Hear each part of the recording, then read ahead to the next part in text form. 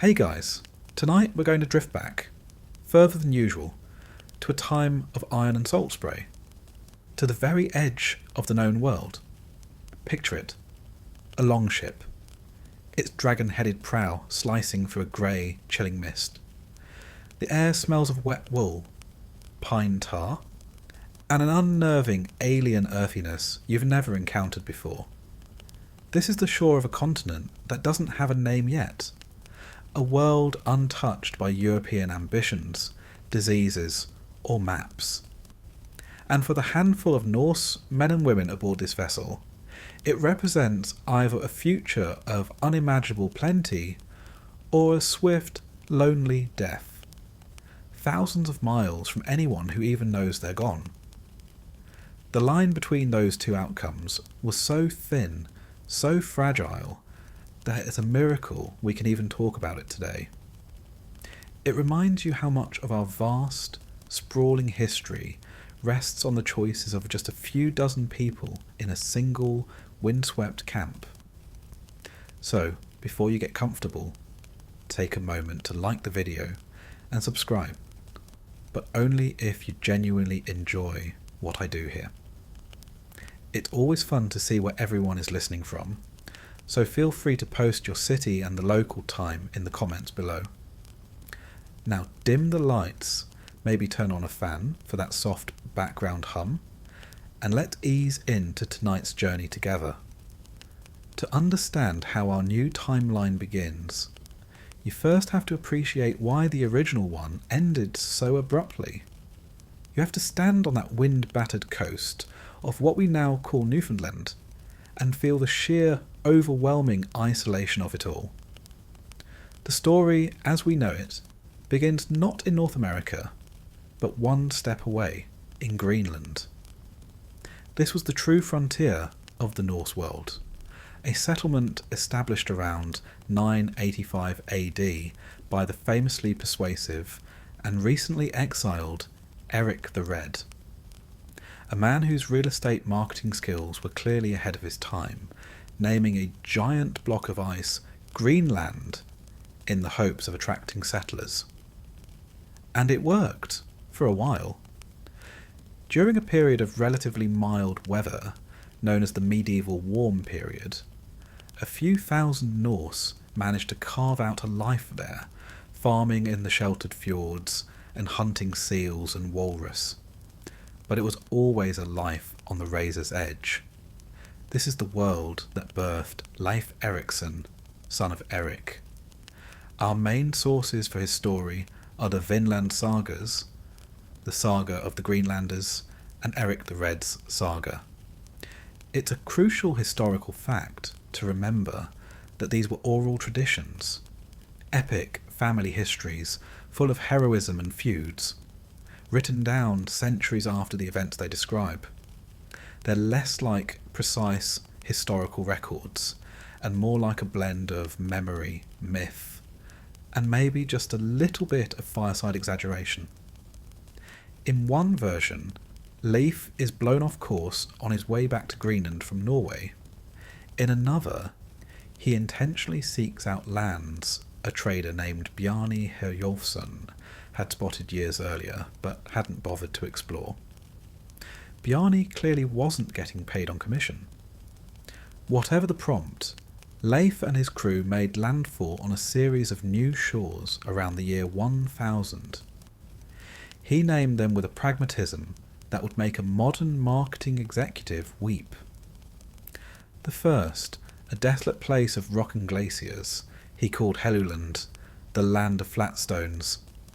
You can almost hear the disappointment. The next, a coastline thick with trees, became Markland, the land of forests. For Greenlanders starved of timber, this was jackpot. And finally, they came to a place that was lush, green, and according to the sagas, flowing with wild grapes, which led Leif to name it Vinland, the land of wine. Now, scholars continue to debate whether Lance aux Meadows, the confirmed Norse site in Newfoundland, was the fabled Vinland itself, or simply a base camp, a gateway to richer lands further south. The name itself is a puzzle. The Old Norse word vin could mean wine, but it could also mean pasture or meadow. So was it wineland or pasture land?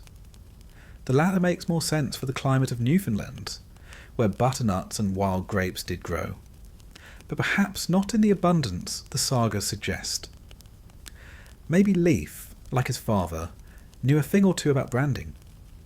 Leif's expedition built a small settlement, a few turf-walled longhouses, a forge for repairing iron tools, a carpenter's workshop. We know this because archaeologists found it. They found the nail-like iron rivets, the slag from smelting, a spindle whorl indicating women were present, weaving thread. But this was no bustling town. It was an outpost, home to maybe fewer than 100 people at its peak. And it's here, in this tiny footprint, that we find the seeds of its own destruction. The first major problem was simple math. The Greenland colony, the sole source of reinforcement, numbered only a few thousand souls. They were already stretched thin. Sending hundreds of fighting-age men and fertile women across the perilous Davis Strait was a demographic risk they simply couldn't afford. There was no king, no state, sponsoring this venture. It was a private enterprise, run by a few families. They had no reserves. Then came the locals, whom the Norse called Skrælingar. This was their term for the indigenous peoples they encountered, likely ancestors of the Beorthuk or Mi'kmaq. At first, relations were tentative, based on trade. The Norse had iron and milk, things the Skrælings had never seen. The Skrælings had furs, a luxury in Europe, but cultural misunderstandings and the inherent Norse readiness for conflict quickly soured the deal. One saga tells of a bull getting loose and terrifying the native traders, sparking a battle. Another tale, a truly quirky and humanizing tidbit, involves Leif's formidable sister, Freydis Eriksdottir. During one attack, as the Norsemen fled, a very pregnant Freydis supposedly grabbed the sword of a fallen countryman, tore open her tunic, and began slapping her bare breast with the flat of the blade, letting out a terrifying war cry. The sight of this seemingly crazed, pregnant shield maiden was so unnerving that the Skrælings retreated. While it makes for a fantastic story, it also highlights the desperation and constant threat of violence. Ultimately, they were just too outnumbered, too far from home. A single lost skirmish could wipe out a significant portion of their fighting force. The logistical chain was a nightmare. Every nail, every pot, every axe that couldn't be forged on site had to survive a treacherous, multi-stage sea journey from Europe. Vinland offered timber and furs, yes, but was that worth the blood, the fear, and the immense effort? For the historical Norse, the answer was a clear no. After just a few years of attempts by Leif's siblings and another explorer, Thorfinn Karlsefni, they packed it in. They abandoned the longhouses at Lance aux Meadows and sailed back to the relative safety of Greenland, leaving North America to its original inhabitants. The settlement became a ghost story, a half-remembered legend in the sagas, until its rediscovery in the 1960s proved it was all real. In our history, this is where the story ends. A fascinating but failed experiment. A historical dead end. But for our purposes, tonight, this is merely the prologue. The dream of Vinland didn't die. It just went dormant, waiting for a different kind of leader, a different kind of motivation to fan its embers back into a roaring flame. The whispers of Vinland, you see, never truly faded in Greenland. They became the stories told during the long, dark winters, tales of giant trees in Markland perfect for shipmasts, of rivers so thick with salmon you could practically walk across their backs, of meadows that could support herds of cattle, not just a few hardy goats. For the first few decades after Leif's return, these were just stories, wistful daydreams for a people clinging to the edge of the world. But as the 11th century wore on, the Greenland colony began to feel a tightening grip. The hunting grounds became less predictable, the journey to the northern walrus grounds more perilous, as sea ice lingered longer each spring. The trade with Iceland and Norway, their only lifeline to the European world, grew sporadic. A ship might not arrive for years, and when it did, the goods it brought were fantastically expensive. Greenland was slowly, almost imperceptibly, being strangled by geography and climate. This is the pressure cooker that creates our point of divergence. It forges a new kind of leader, not an adventurer seeking fame, but a pragmatist seeking survival. Let's call him Hrolf Asbjornsson, a man whose wealth was measured not just in lands, but in ships and loyalty. He saw the writing on the wall. He saw the thinning herds, the anxious faces, and he listened to the old stories of Vinland not as myths, but as a business plan. He spent years quietly building alliances between several of the larger Greenlandic families, arguing that their future lay not in clinging to Eric the Red's waning dream, but in finishing Leif Erikson's work. He argued that the first attempt failed because it was an expedition. Theirs would be a migration, so around the year 1045, a second wave set sail. This is no small family affair. It's a flotilla. 5 or 6 longships for defence and speed, but crucially, they are accompanied by 3 massive wide-bellied gnars. This is the critical difference. A historical fact often overlooked is that the Viking age of expansion was powered as much by the gnar as by the longship. These were the dedicated cargo haulers of the North Atlantic, capable of carrying immense loads of timber, goods, and, most importantly for Hrolf's plan, livestock and people. On these ships are not just warriors, but 200 settlers, weavers, blacksmiths, farmers, and crucially, dozens of women and children.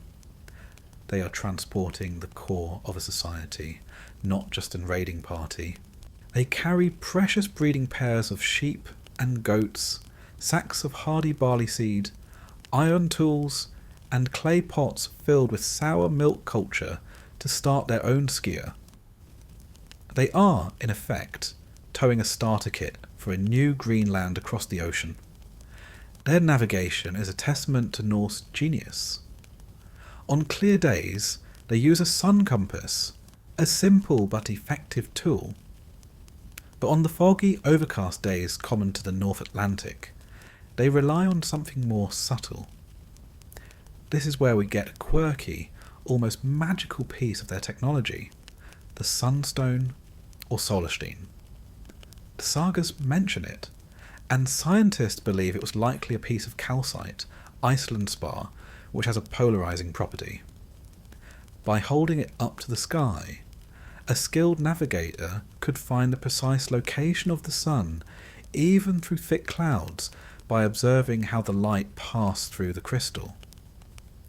It gave them a near supernatural ability to keep their heading when other sailors would have been hopelessly lost. Hrolf, having memorized the sagas and spoken to the last surviving men who had sailed with Karlsefni, knew the 2 great dangers were starvation and the Skrælings. He devised a strategy to mitigate both. They make for the Strait of Belle Isle, the gateway used by Leif, but they don't linger at Longs or Meadows. They use it as a temporary staging ground, a place to repair ships and scout. But Hrolf pushes them south. into the vast Gulf of St. Lawrence. He's looking for a very specific type of geography. A deep, defensible bay with a narrow mouth, good pasture land, a river teeming with fish, and ideally a location not immediately adjacent to any major native settlements. He finds it on the northern coast of what we would call the Gaspé Peninsula, a fjord-like bay they name Hrafnsvik, Ravens Creek. The first order of business is not comfort, it's security. Before the first proper longhouse is finished, every able-bodied man and woman is put to work felling trees and erecting a tall, sturdy wooden palisade around the most defensible part of the bay's shore. This is their shield. Inside its perimeter, life is a frantic race against the coming winter. They build crude turf and timber shelters, butcher seals for their meat and blubber, smoke mountains of salmon, and harvest the wild berries and nuts that grow in such shocking abundance compared to Greenland. They do encounter the local peoples, the Mi'kmaq. Hrolf enforces a strict policy of controlled contact. No individual trading. All interactions are to be done in a group, in a designated neutral zone outside the palisade. He offers iron nails and pieces of brightly coloured wool cloth in exchange for furs, and more importantly, information about the land. It's a tense, cautious relationship, a far cry from the immediate violence of the first settlement attempts. They are buying time, learning the rhythms of this new world. The first winter is brutal. The cold is piercing, the wind relentless. Sickness takes a few of the weaker settlers. But the palisade holds. Their stockpiled food, supplemented by ice fishing, is enough. The livestock, sheltered in lean-tos built against the longhouse walls for warmth, survive. And in the dead of that winter, a woman named Gudrid gives birth to a healthy boy, the first Norse child of this new permanent settlement. They name him Hrafn, after the bay that has become their home. This is the turning point, when the spring thaw finally comes, and a ship is sent back to Greenland, not with tales of failure and retreat, but with a cargo of valuable furs and a request for more settlers. The psychological barrier is broken. There is a scholarly debate about how self-sufficient a Norse colony could have truly become, especially regarding iron. The bog iron found at Lens aux Meadows was enough for small repairs, but to truly thrive, to make new axes, new ploughshares, new weapons, they would need a constant, reliable source. Hrolf's men spend that first spring and summer not just farming, but prospecting, searching every reddish-brown bog and stream bed. Finding a rich source of bog iron will be as crucial as the harvest. For now, though, they have survived. Hrafnsvik is no longer a camp. It's a foothold. A seed has been planted, and this time, in the soil of a new continent, it has begun to sprout. The first few years at Hrafnsvik are a delicate balancing act, a dance between old ways and new realities. The palisade provides security, but it's the land beyond it that offers a future. The initial caution towards the Mi'kmaq, enforced by Hrolf's strict rules, can't last forever. Simple survival demands interaction, and interaction inevitably leads to complication. It's here, in the daily, unrecorded encounters between two vastly different peoples, that the foundations of a new culture are laid, not in a grand political treaty, but in a handful of corn, a shared hunting trail, a glance across a cooking fire. The Norse are farmers, yes, but their agricultural package is designed for Scandinavia. The barley they brought struggles in the shorter growing season and acidic soil. Their cattle and sheep are a source of immense wealth and prestige, but also a constant source of anxiety, vulnerable to predators they've never seen before, cougars and large wolves, and diseases for which they have no resistance. In contrast, the Mi'kmaq have spent millennia perfecting a way of life perfectly attuned to this very land. They move with the seasons, hunting moose in the winter, fishing for salmon in the spring, harvesting berries and wild plants in the summer. And they have something the Norse have never seen before: maize or corn.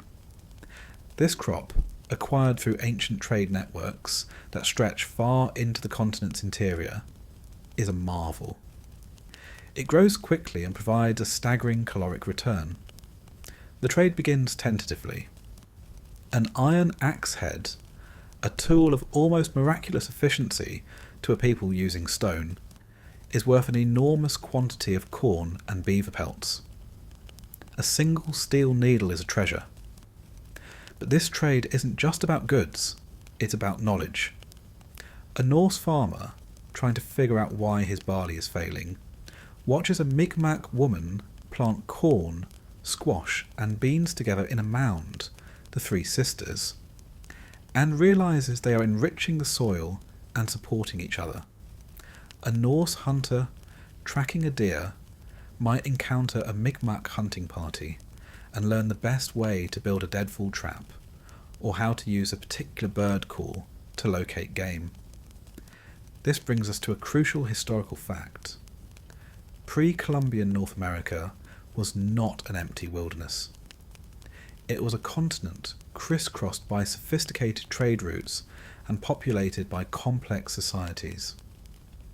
The Mi'kmaq of the Gaspé Peninsula were part of the larger Wabanaki Confederacy, a powerful alliance of Algonquian-speaking peoples.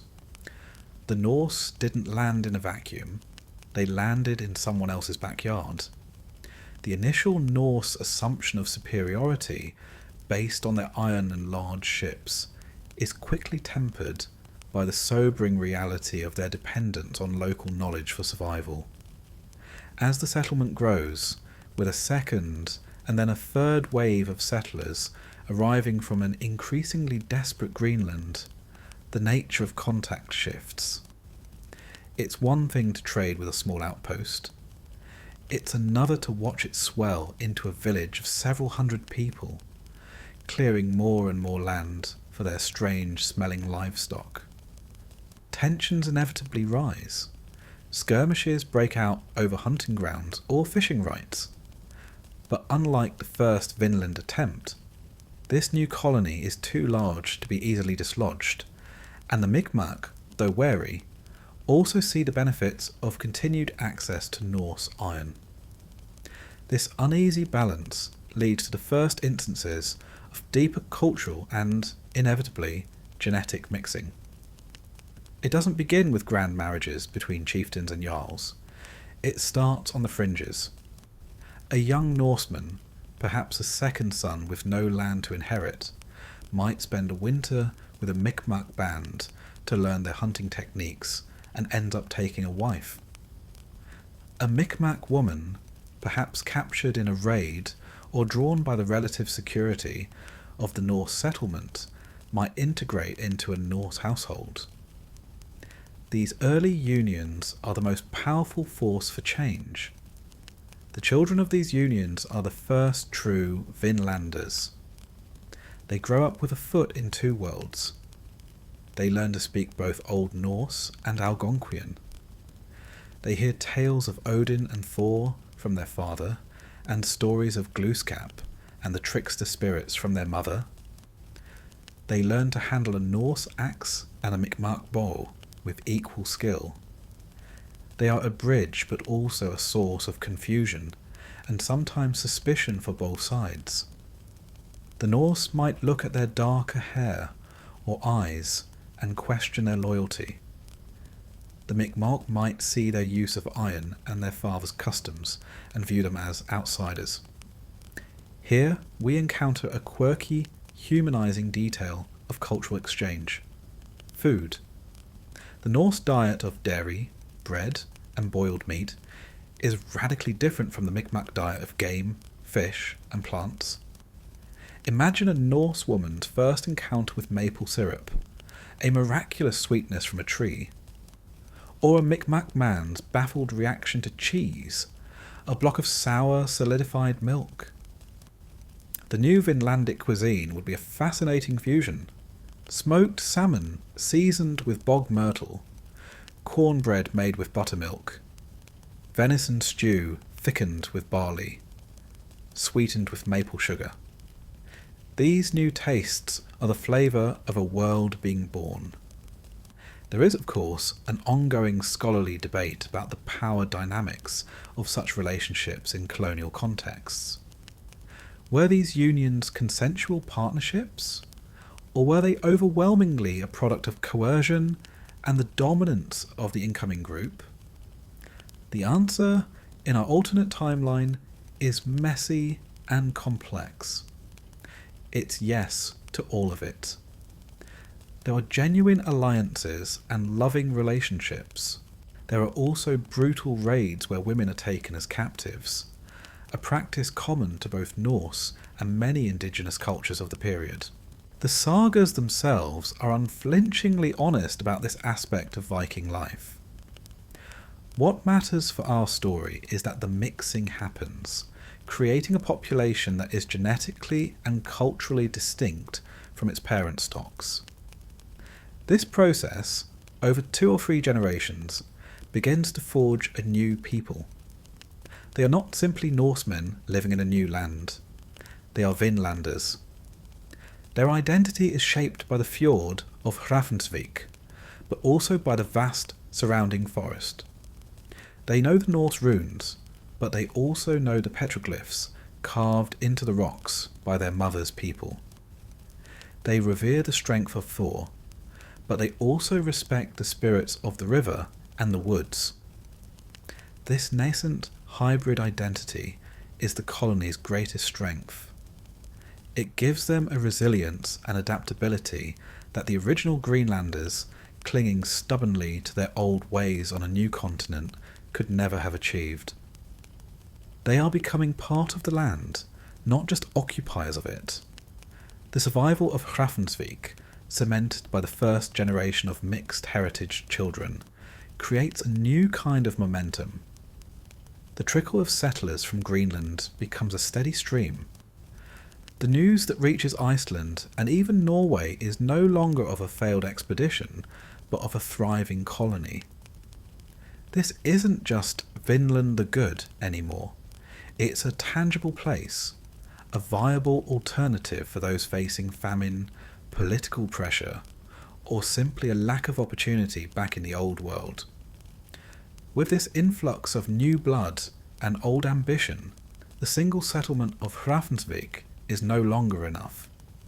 The same pressures that drove them from Greenland, the need for new pastures, new resources, new land for a growing population, reassert themselves.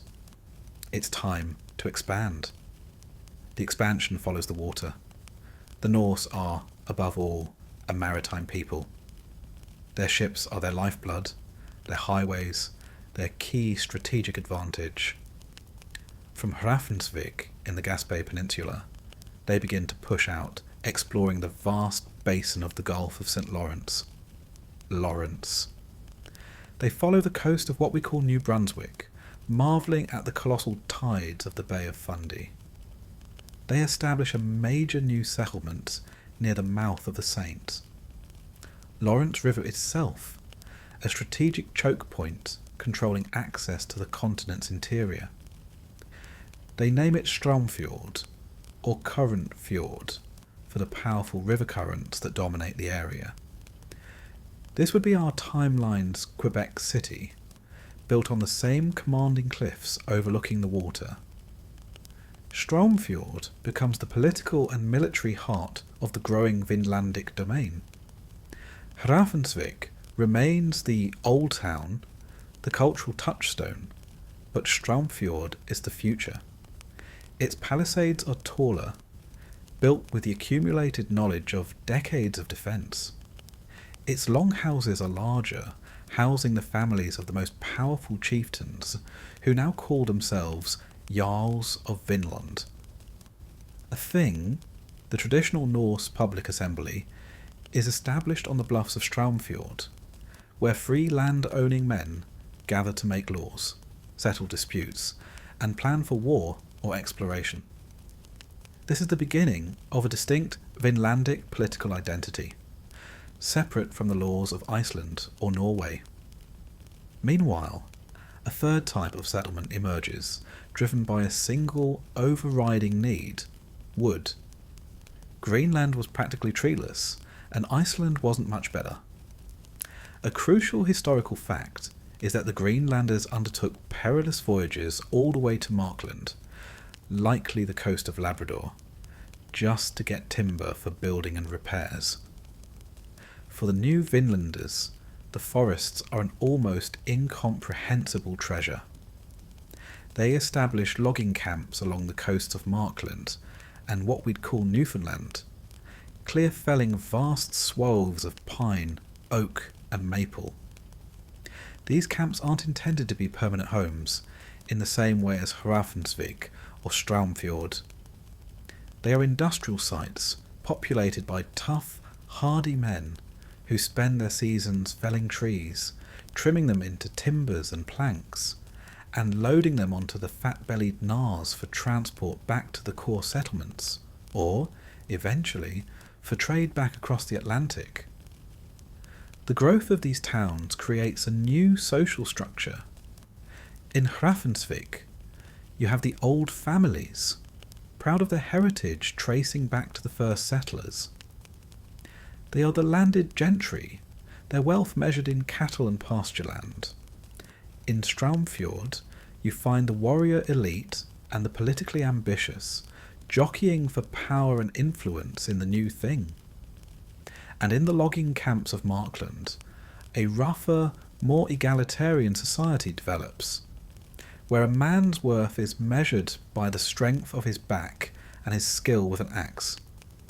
This creates a dynamic, sometimes fractious, society. Now for a quirky, humanising tidbit about Norse construction. We think of longhouses as purely functional, but they were also deeply social and symbolic spaces. A family's entire life played out along the raised benches that line the central fire pit.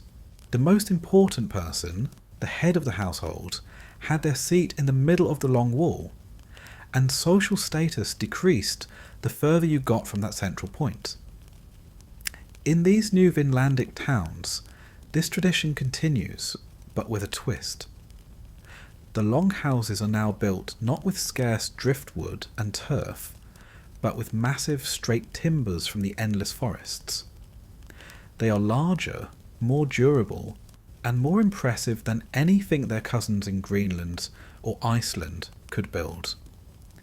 You can imagine the pride of a Vinlandic Jarl showing off a long house whose roof beam is a single perfect pine trunk, a display of wealth impossible to replicate in the old world. The architecture of the cities themselves reflects their hybrid nature. At the core, you have the Norse longhouses and a central, great hall for the Jarl. But surrounding them, you might see structures influenced by Micmac building techniques, better suited to the heavy snowfalls. You'd see Norse palisades, but also the strategic use of natural terrain for defence, a lesson learned from their indigenous neighbours. You would see storage pits for grain and dried fish that borrow from local designs, proving more effective against the local pests. Of course, the growth of these cities does not go unnoticed. The establishment of Straumfjord at the mouth of the St. Lawrence is a direct challenge to the indigenous groups who have used that river as a highway for centuries. The Iroquoian peoples, particularly the powerful Mohawk, now find a permanent fortified Norse presence sitting directly on their trade routes to the coast. There is a scholarly debate on the nature of pre-contact Iroquoian society, but most agree it was often expansionist and militaristic. The sudden appearance of another expansionist, militaristic society in their sphere of influence is a recipe for conflict.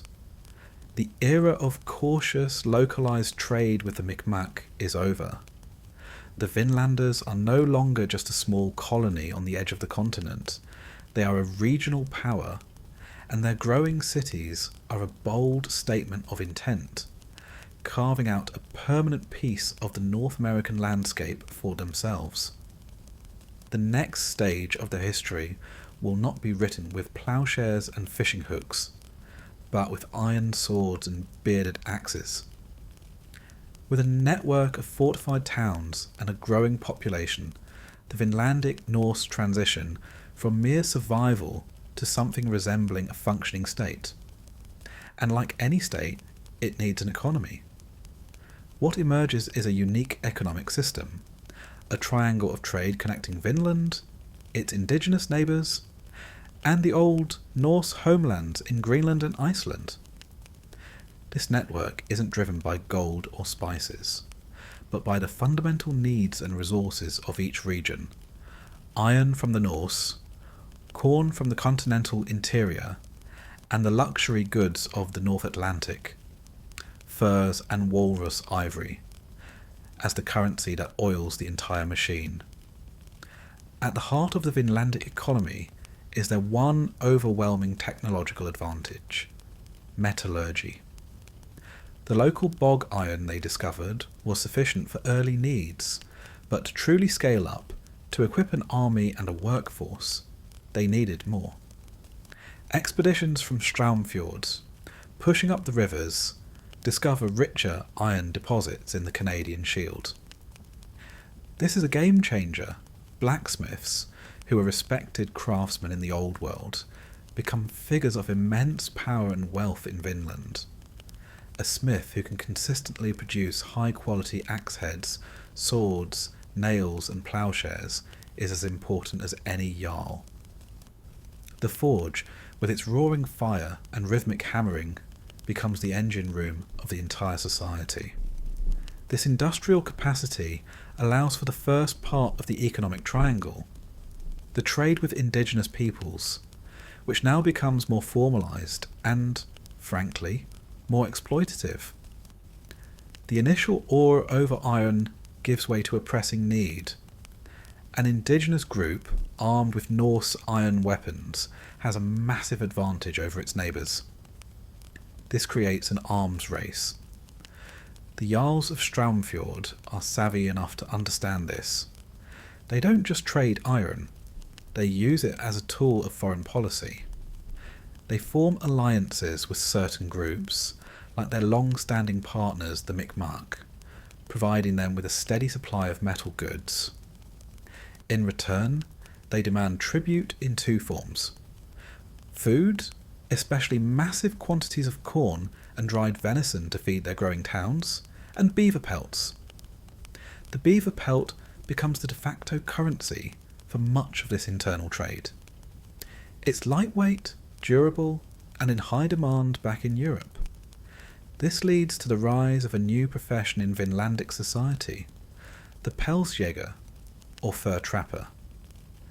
These are often the mixed heritage sons and daughters of the first generation, uniquely equipped with the skills of both cultures. They venture deep into the interior for months at a time, living and trading with allied indigenous bands, gathering the pelts that fuel the economy. They are the rugged, half-mythical figures of this new world, the cowboys of the subarctic, their stories told in the taverns of Hrafnsvik. The second leg of the triangle is the transatlantic trade. A crucial historical fact to remember is that Greenland and Iceland had very specific and highly valuable exports of their own: walrus ivory and gerfalcons. Walrus tusks, known as northern ivory, were a prized luxury good in medieval Europe, used for ornate carvings and chess sets. And a pure white gerfalcon from Greenland was a gift fit for a king, the ultimate status symbol for European nobility. The Vinland trade revitalises the struggling Greenland colony. Ships no longer have to make the perilous journey all the way to Norway. Instead, a robust trade route develops across the Davis Strait. Vinland sends timber, desperately needed in Greenland and Iceland for construction, and surplus food. In return, Greenland sends its own high-value exports, which the Vinlanders then consolidate with their own massive stock of furs. This creates the final and most important leg of the triangle, the voyage from Vinland to the wider European market. Once every year or two, a grand convoy of gnars sets sail from Straumfjord, laden with the treasures of the New World. Not gold, but something almost as valuable, timber, a mountain of furs from beaver, marten and fox, and the consolidated ivory and falcons from Greenland. They might sail to Iceland first, or directly to the trading hubs of Bergen in Norway or even Dublin, which was a major Norse city at the time. A quirky detail of this trade would be the culture shock experienced by the European merchants. Imagine a trader in Bergen, used to dealing with Icelanders, suddenly confronted by a Vinlandic crew. They might look different, with darker features from their mixed heritage. Their speech would be a strange, archaic-sounding dialect of Old Norse, peppered with unfamiliar Algonquian words. And the goods they bring, planks of unknown woods, unfamiliar types of furs, and tales of a vast continent across the sea, would be a source of immense fascination and speculation. The Vinlanders would seem like figures from a half-forgotten saga come to life. This trade has a profound impact on Vinland's development. It provides them with the things they cannot produce themselves. High-quality steel from the Rhineland to supplement their local iron. Fine wool cloth from England, wine from France, and silver, which becomes the preferred medium of exchange for high-level transactions within Vinland itself. The jarls and wealthy merchants begin to hoard silver, burying it in the ground for safekeeping, just as their ancestors did. Archaeologists in our alternate future would have a field day excavating these Vinlandic silver hoards. However, there is an ongoing scholarly debate about the sustainability of such an economy. The fur trade in particular is an extractive industry. The intense demand for beaver pelts would inevitably lead to overhunting in the regions closest to the Norse settlements. This forces the Pelsjägers and their indigenous partners to push ever further inland, which in turn creates friction with other indigenous groups.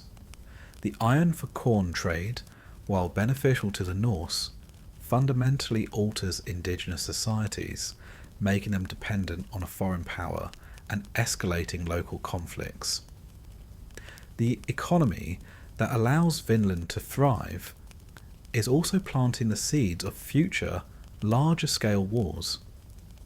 It is a system built on a foundation of resource extraction and strategic dependency, a pattern that will become all too familiar when other European powers eventually follow the Norse across the ocean. The economic engine of iron and fur, as we've seen, created a system of alliances and dependencies. But it was a fragile piece, bought with axe heads and beaver pelts. For a few decades, this system worked.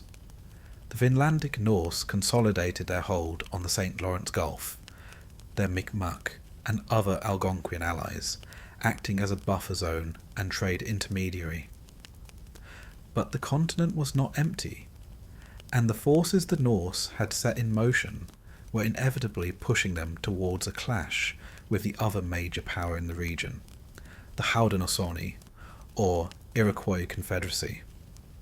The establishment of Straumfjord, our timeline's Quebec City, was the fundamental provocation. A crucial historical fact is that the St. Lawrence River Valley was, for centuries, the homeland of a large population of Iroquoian-speaking peoples. For reasons still debated by historians, likely a combination of climate change, the Little Ice Age, and conflict, they abandoned the valley in the late 16th century in our timeline. But in this alternate 12th century, they are still there, and they are powerful. The 5 nations of the Haudenosaunee, the Mohawk, Oneida, Onondaga, Cayuga, and Seneca, have formed a sophisticated political and military alliance, and they look upon the iron-wielding intruders at the mouth of their great river with growing alarm. The conflict doesn't start with a grand declaration of war. It begins with skirmishes in the deep woods, where Vinlandic Pelsjägers and their allies trespass on Haudenosaunee hunting grounds. It escalates when Mohawk traders, moving down the river, are blocked by the Norse at Straumfjord, and told they can no longer trade freely with the coastal tribes. For the Mohawk, the keepers of the Eastern Door, this is an intolerable affront. The conflict is a clash of 2 expanding aggressive societies. It is, in many ways, inevitable. The initial phase of what would become known in the Vinlandic sagas as the Skræling Wars is a brutal shock to the Norse. They are accustomed to fighting in the European style, shield walls, pitched battles on open ground. The Haudenosaunee practice a form of warfare perfectly adapted to the dense forests of the northeast. Lightning-fast raids, ambushes, psychological warfare. Norse logging camps are wiped out in surprise dawn attacks. Small trading parties vanish without a trace. The Haudenosaunee warriors, moving silently on moccasins, armed with powerful bows and devastating war clubs, are a terrifying and effective foe. The Norse, clad in mail and swinging heavy axes, find themselves at a disadvantage in the close quarters fighting of the deep woods. The war forces a profound military evolution upon the Vinlanders. The traditional Viking warrior, the berserker in a mail shirt, is slowly replaced by a new type of fighter. These are the Skogamar, the forest men. They are almost always of mixed Norse Indigenous heritage, men who are as comfortable in a canoe as they are in a longship. They shed the heavy mail in favour of lighter leather armour. They trade the heavy 2-handed battle axe for a lighter, more versatile bearded axe that can be used for fighting, chopping wood, or even as a climbing aid. They learn to fight with the bow, a weapon their Scandinavian ancestors had largely disdained for warfare. And most importantly, they adopt the Haudenosaunee tactics of stealth, ambush, and seasonal campaigning. One of the quirky, humanizing tidbits of this conflict would be the evolution of insults. The Norse, who had a rich tradition of poetic insults called flyting, would have to invent new ones. A Haudenosaunee warrior might taunt a Norseman about his clumsiness in the forest or the smell of his dairy-based diet. A Vinlandic Skogamar might mock a Mohawk for his lack of iron, calling his weapons brittle stone and splinterwood. These taunts, yelled across a river or before a skirmish, are a small window into the deep cultural animosity driving the conflict. The war ebbs and flows for nearly a generation. The Haudenosaunee control the interior, launching devastating raids on the fringes of the Norse settlements.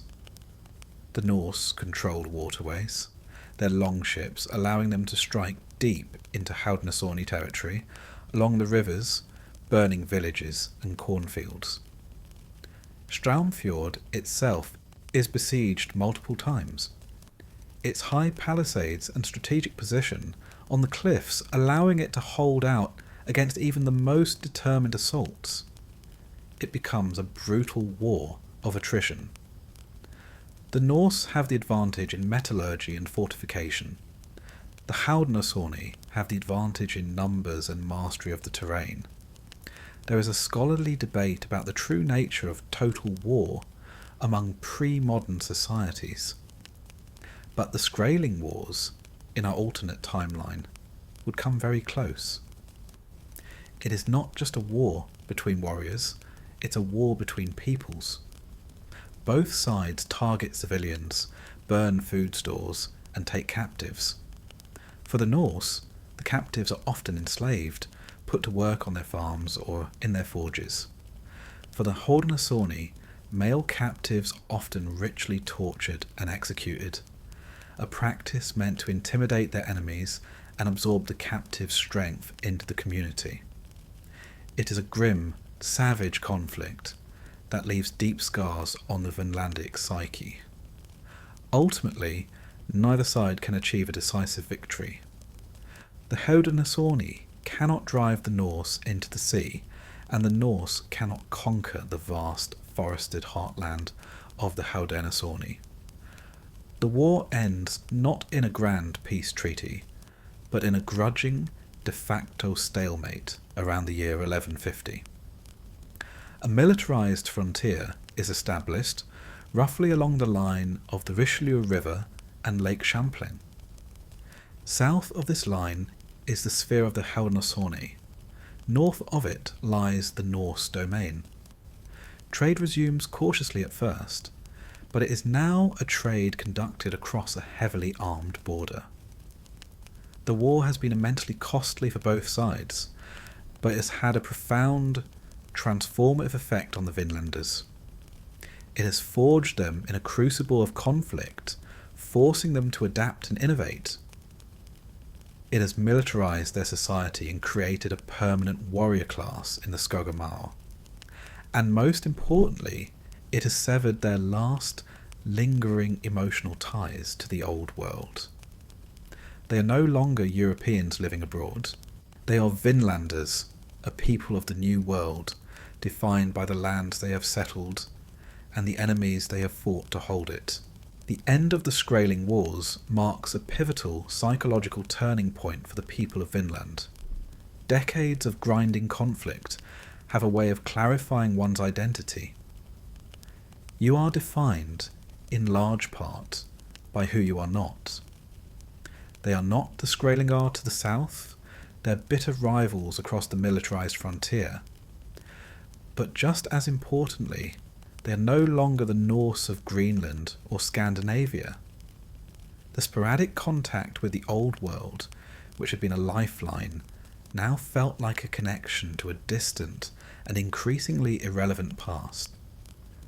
The Vinlanders, hardened by war and shaped by a unique environment, begin to consciously and unconsciously diverge, creating a new culture that is a true product of the North American continent. This emerging identity is most evident in their language. The Old Norse, spoken by the first settlers, begins to evolve. Cut off from the linguistic shifts happening back in Norway and Iceland, the Vinlandic dialect retains many archaic features, much like modern Icelandic did in our timeline. But it also becomes saturated with loanwords from the Algonquian languages of their neighbours and wives. Words for local flora and fauna, moose, caribou, squash, are adopted wholesale. Concepts that have no Norse equivalent, like the word for a canoe or a snowshoe, are integrated into daily speech. The grammar itself might even begin to shift, subtly influenced by the sentence structures of the new tongues their children are learning from birth. A scholar of Germanic languages from Europe, arriving in Straumfjord in the 13th century, would find the language recognisable, but strangely accented and filled with baffling vocabulary. It would be like a modern English speaker trying to understand a deep Scots dialect mixed with a bit of Creole. Their material culture shows a similar fusion. A Vinlandic farmer's home is a testament to this blend. The structure is a classic Norse longhouse, built with advanced joinery techniques, but the roof might be made of birch bark sheets, a superior local waterproofing material learned from the Mi'kmaq. Inside, he sits on a carved wooden stool by the fire, but he eats from a clay pot whose design mimics local pottery, better suited for cooking corn-based porridges. He wears trousers of homespun wool, a Norse tradition, but his winter outerwear is a hooded parka of caribou hide, its design perfected over millennia by the indigenous peoples of the north.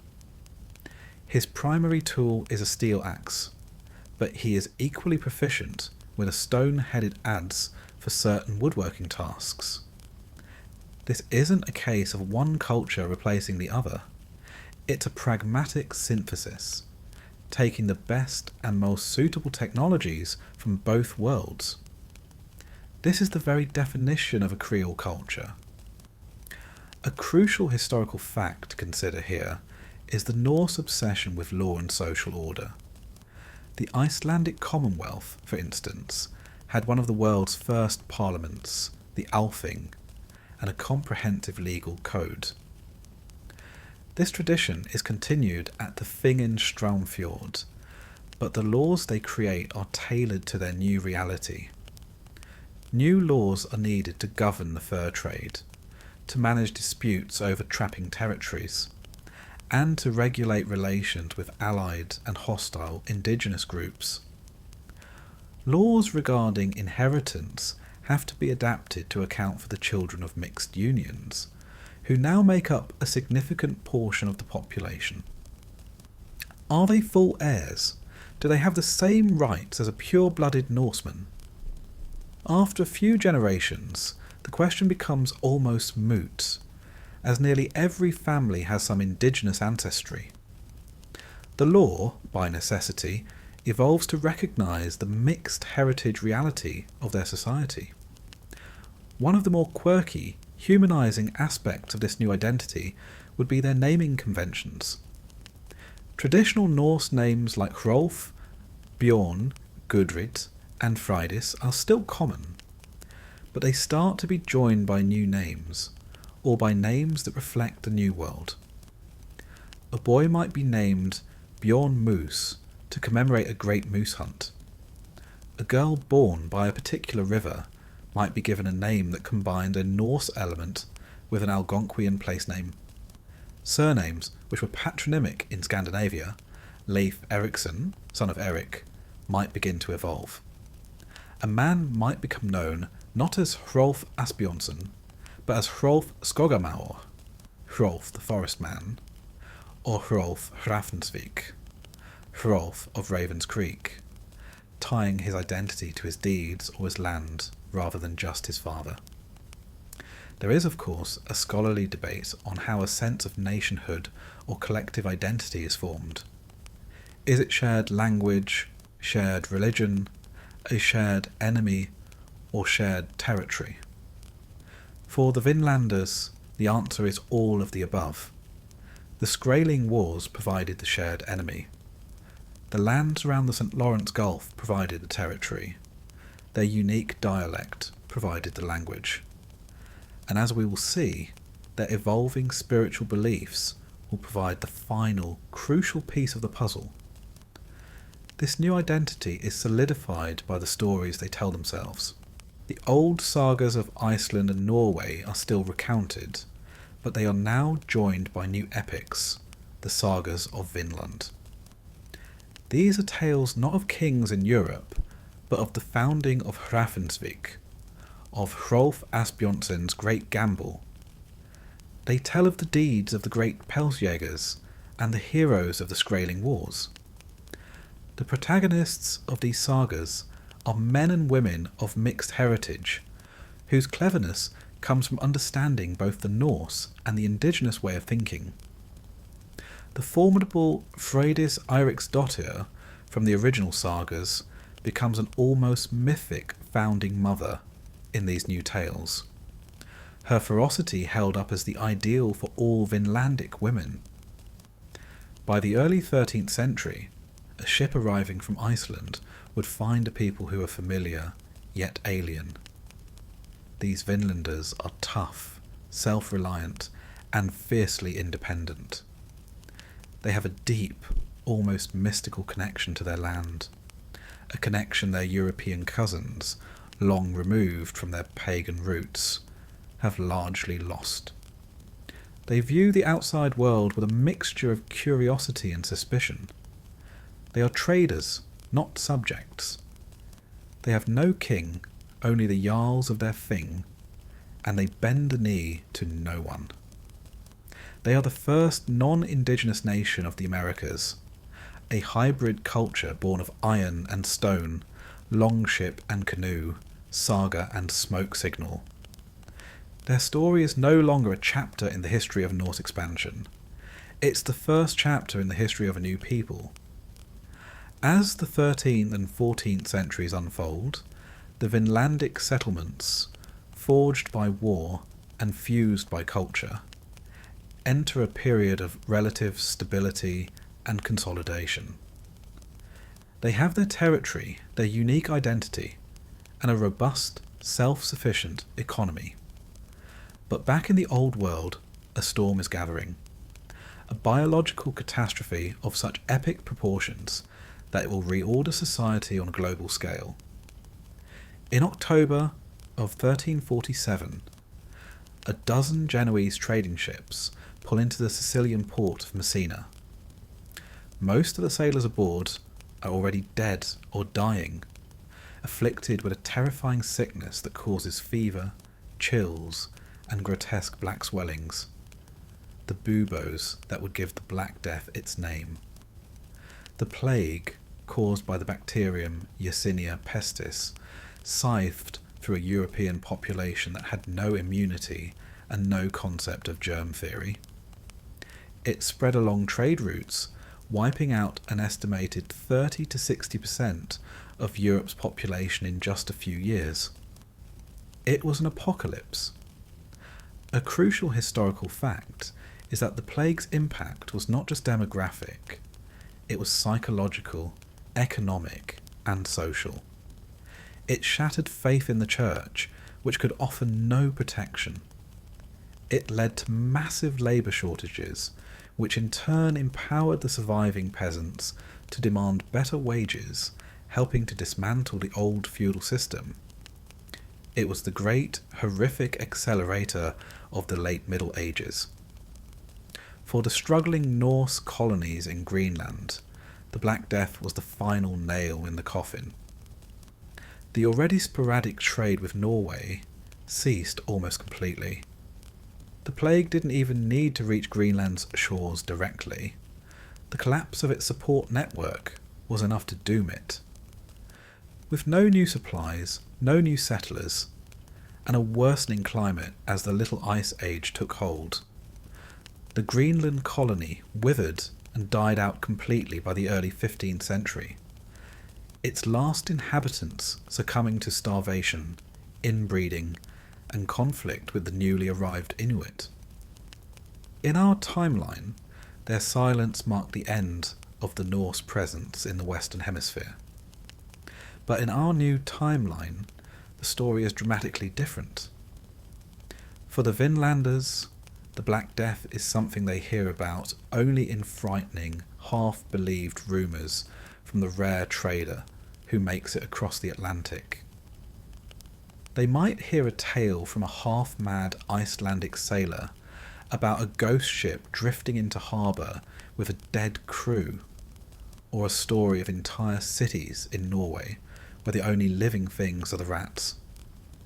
To the Vinlanders, insulated by 2,000 miles of unforgiving ocean, it sounds like something from a dark myth, a tale of Ragnarok unfolding in a distant land. This geographic isolation, once their greatest challenge, now becomes their greatest blessing. The Black Death never reaches Vinland. While Europe is convulsing in death and chaos, Vinland experiences a period of unparalleled peace and prosperity. It is their strange, dark, golden age.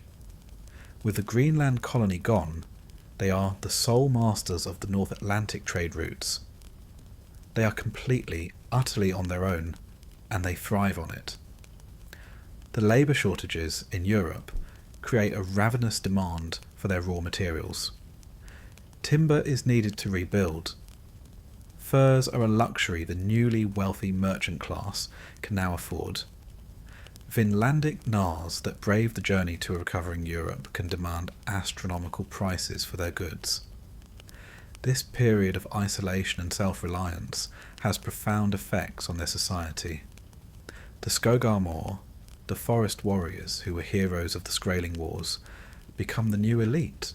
Their skills in navigating the wilderness, in fighting on the frontier, in dealing with indigenous groups, are more valuable than ever as the fur trade expands to fill the vacuum left by the Haudenosaunee, who were not immune to the diseases that periodically swept the continent, even if the Black Death was not among them.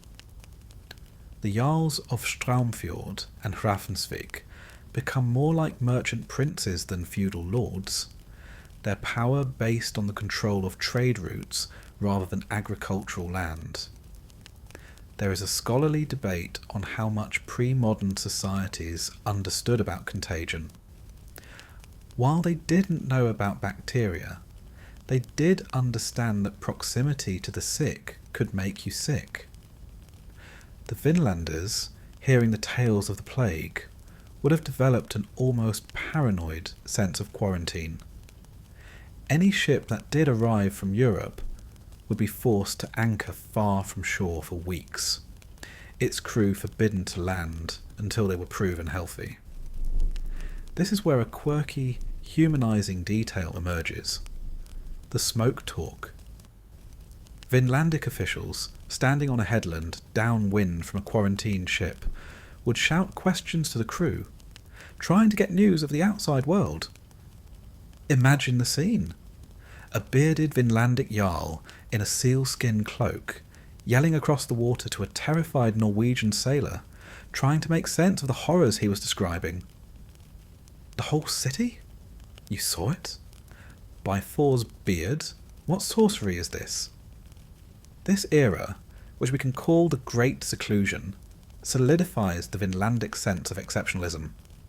They see themselves as a people spared by the gods, protected by the vast ocean. While the old world tore itself apart, they built, they explored, they prospered. Their population, untouched by the plague, continues its steady organic growth. They expand their settlements west up the Saint, Lawrence and north along the coasts of Markland. They are not an explosive expansionist empire, but a slow, steady tide of settlement and resource extraction. The psychological impact cannot be overstated. They are now truly alone in their world.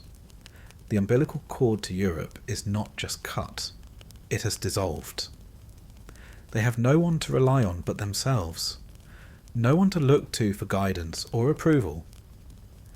This breeds a fierce, almost defiant independence that will become the defining characteristic of their culture. When the world finally comes knocking on their door again, they will not be a lost colony or a primitive tribe.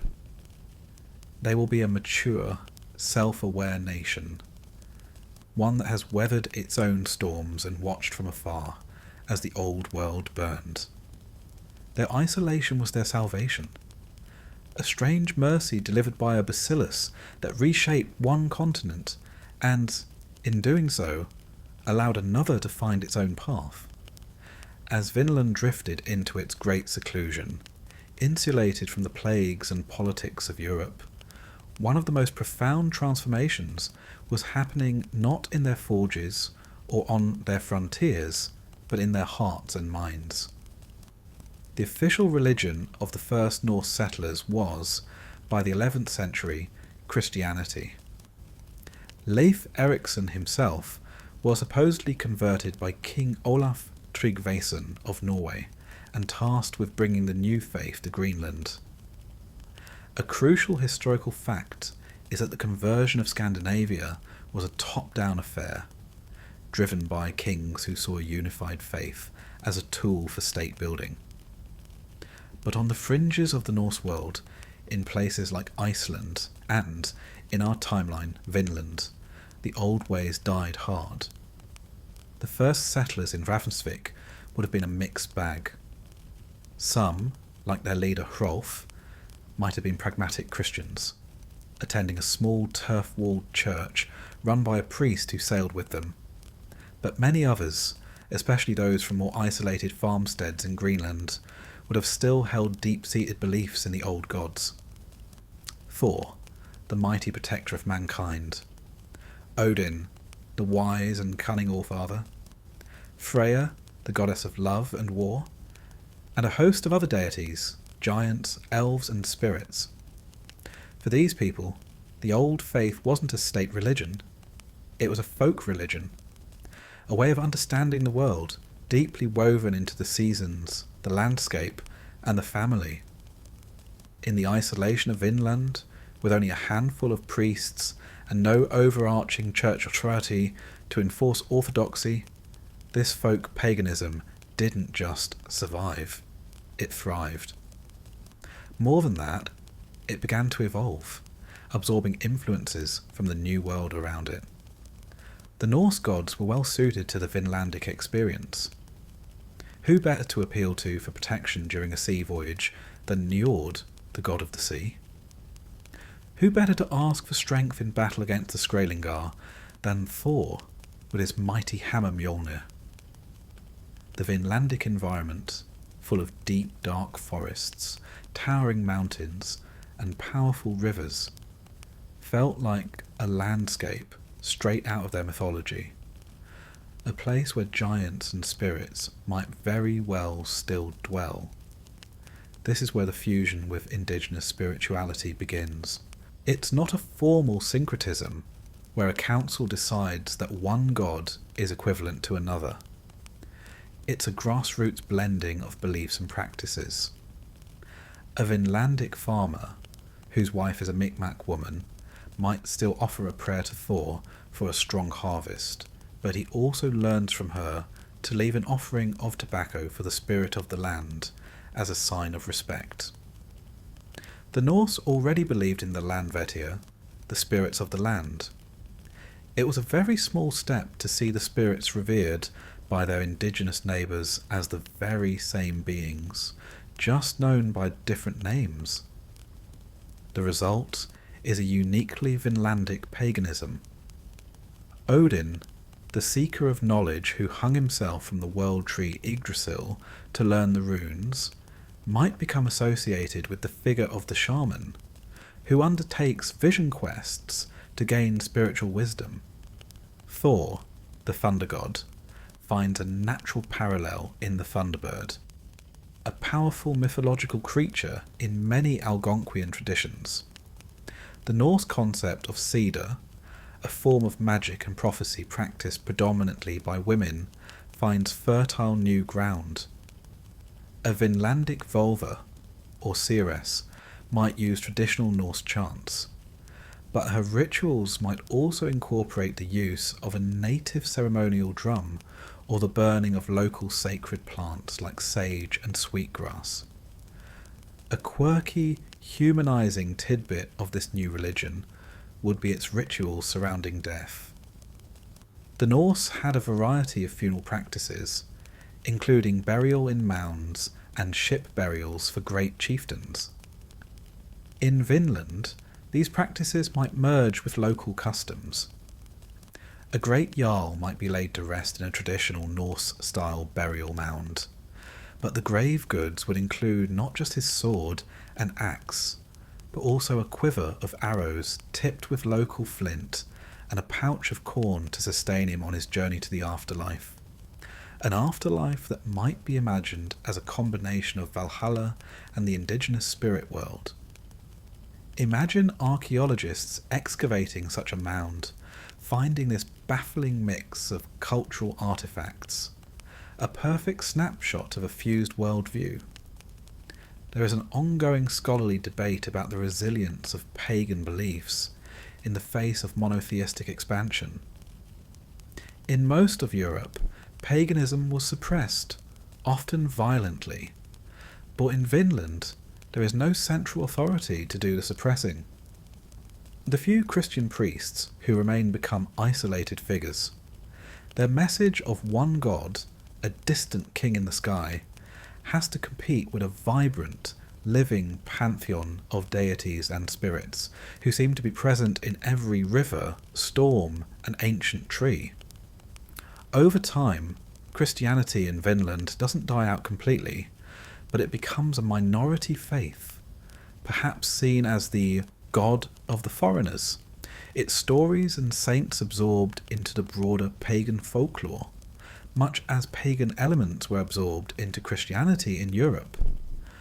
Saint Michael the Archangel, the warrior saint, might just become another name for Thor.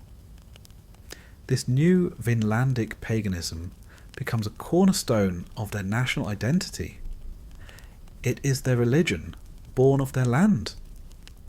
It distinguishes them sharply from the Christian world of Europe.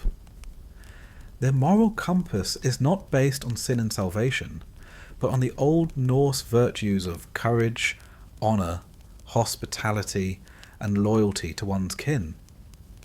Their worldview is cyclical, not linear, rooted in the turning of the seasons and the endless struggle between the gods and the forces of chaos. This gives them a different psychological makeup, a different way of seeing their place in the cosmos. They are not waiting for the end times. They are living within an eternal, ongoing story. By the time sustained contact with Europe is re-established, the Vinlanders will be seen by Christians as heathens, idolaters living in a state of profound spiritual darkness. But the Vinlanders would see it differently. They would see the Europeans as people who had forgotten their own roots, who had traded a rich tapestry of gods and spirits for a single, stern master. This religious divide will be one of the most significant barriers to understanding, a chasm of belief that will shape all future interactions between the people of the New World and the Old. By the dawn of the 15th century, the Vinlandic Norse are a people in full command of their own destiny. They have a unique culture, a resilient economy, and a syncretic religion that binds them to their land. The collection of settlements, Ravensvik, Straumfjord, the logging camps of Markland, and a dozen smaller hamlets along the rivers, has functioned for generations as a loose confederation, governed by the Jarls who meet at the Thing in Straumfjord. But this decentralised system, born of expediency, is beginning to show its age. The growing complexity of their society, the need for a unified defence, and the ambition of powerful leaders all point in one direction: the coalescence of the Confederation into a unified kingdom. This political evolution is driven by several factors. First, the threat from the south, while dormant, is never forgotten. The Haudenosaunee Confederacy remains a powerful and cohesive force. The Vinlandic Jarls recognise that their loose alliance of bickering chieftains would be at a severe disadvantage if a full-scale war were to erupt again. A single war leader, a king with the authority to command the armies of all the settlements, is a military necessity. Second, the increasingly lucrative and complex transatlantic trade requires a single voice. A merchant from Bergen or Bristol would rather negotiate a trade treaty with one king than with a dozen different jarls, each with their own agenda. A unified political entity can command more respect and better terms on the world stage. The catalyst for this change comes in the form of a man named Einar the Cunning, a powerful jarl of Straumfjord. Einar is a product of the Vinlandic elite. He is a direct descendant of the Skogamar heroes of the Skræling Wars. his family's wealth built on the fur trade. He is intelligent, ruthless, and possesses a deep understanding of both Norse and Indigenous political traditions. He spends years building a network of alliances, using a combination of strategic marriages, trade concessions, and veiled threats to bring the other major jarls to his side. He argues at the Thing that for Vinland to survive and prosper in a world that is slowly reconnecting, it must speak with one voice. It needs a konunga, a king. A crucial historical fact to consider is that Norse kingship was not always hereditary. In the early Viking Age, a king was often an elected war leader, chosen by the free men for his prowess and ability to bring them victory and riches. Einar revives this ancient tradition. He doesn't claim a divine right to rule. He makes a pragmatic case to the assembly of jarls and wealthy landowners. In the year 1425, at a great gathering at the Thing of Stromfjord, Einar is raised up on a shield by his fellow jarls and proclaimed King of Markland, a title chosen deliberately. Vinland was the name of a specific place, the original settlement. Markland, the land of forests, was a name that encompassed their entire domain, from the logging coasts of the east to the great river valley in the west. The establishment of the Kingdom of Markland is a profound shift. Einar doesn't dismantle the old system entirely. The Thing continues to meet, but now it advises the king rather than holding ultimate authority. The jarls retain control over their local lands, but they owe military service and a portion of their trade revenue to the crown. Einar establishes a royal court at Stromfjord, which becomes the undisputed capital. He builds a great hall, larger and more magnificent than any longhouse, as the centre of royal power. He creates a royal bodyguard, the Hjörd, composed of the most elite warriors drawn from all corners of the kingdom, fostering loyalty to the crown rather than to individual jarls. One of the quirky, humanising details of this new kingdom would be its royal standard. Einar, a master of symbolism, needs a flag that represents their unique identity. He doesn't choose a Christian cross or a Scandinavian dragon. Instead, the royal banner of the Kingdom of Markland becomes a stylised white gyrfalcon, a symbol of their North Atlantic heritage and a major source of their wealth, on a field of forest green, representing the vast woodlands of their new home. When this banner is first seen flying from a Vinlandic Nar in a European port, it will be a clear and unambiguous statement. These are not Norsemen from a lost colony. They are the subjects of a new and unknown king. There is an ongoing scholarly debate about the nature of state formation. Is it primarily a military development, a commercial one, or a cultural one? In the case of the Kingdom of Markland, it's a synthesis of all three. The military threat from the south provided the urgency. The commercial need for a unified trade policy provided the economic incentive. And the century and a half of cultural fusion had created a people who felt a sense of shared identity strong enough to support a unified state. They were Marklanders, and they now had a king. King Einar I and his successors begin to act like monarchs. They send out royally sanctioned expeditions to explore further up the Sant, Lawrence and around the Great Lakes, seeking new sources of fur and iron. They establish fortified trading posts, flying the gyrfalcon banner at key strategic locations. They begin to mint their own simple silver coins, stamped with the king's likeness on one side and the falcon on the other, to facilitate trade. They create a more formalised legal code, the Marklands log, which is written down in runes on cured walrus hides and kept in the royal hall at Straumfjord. This new political unity has a dramatic effect on their relationship with their neighbours. They can now negotiate with the Haudenosaunee Confederacy not as a collection of squabbling settlements, but as a peer. Treaties are made, borders are formalised, and a tense but stable peace settles over the region. The Kingdom of Markland becomes a recognised power in the complex geopolitical landscape of northeastern North America. They are a new piece on the board, a kingdom of iron-wielding, ship-sailing, pagan North Americans, whose existence is about to send a profound shockwave through a European world that is just beginning to look west once again. The age of exploration is dawning, but the explorers are in it for a very big surprise.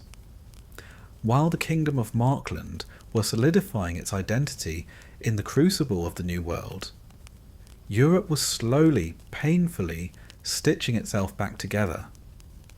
The Black Death had been a demographic catastrophe, but it was also a catalyst for immense change. The Renaissance was dawning in Italy, rediscovering classical knowledge.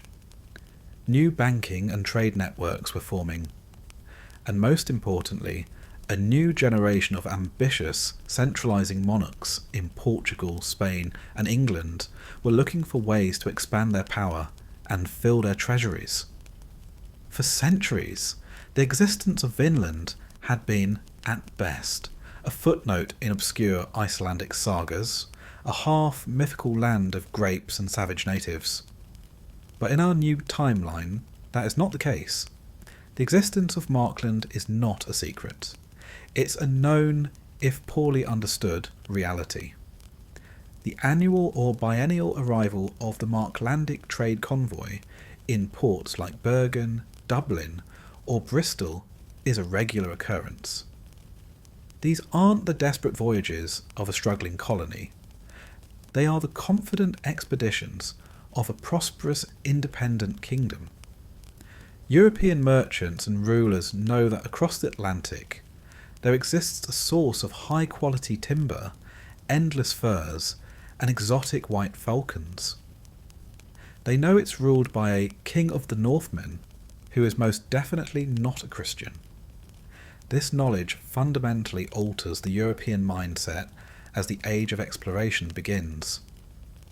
A crucial historical fact of the 15th century European worldview was the concept of terra nullius, or nobody's land.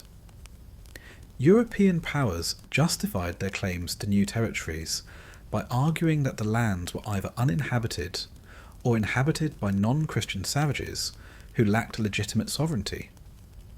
This legal and religious framework was a key ideological tool of colonialism. But in our timeline, this concept is immediately complicated. The northwestern Atlantic is not an empty void. It has a known destination. The lands are not nobody's land. They are somebody's kingdom. This knowledge acts as both a magnet and a deterrent.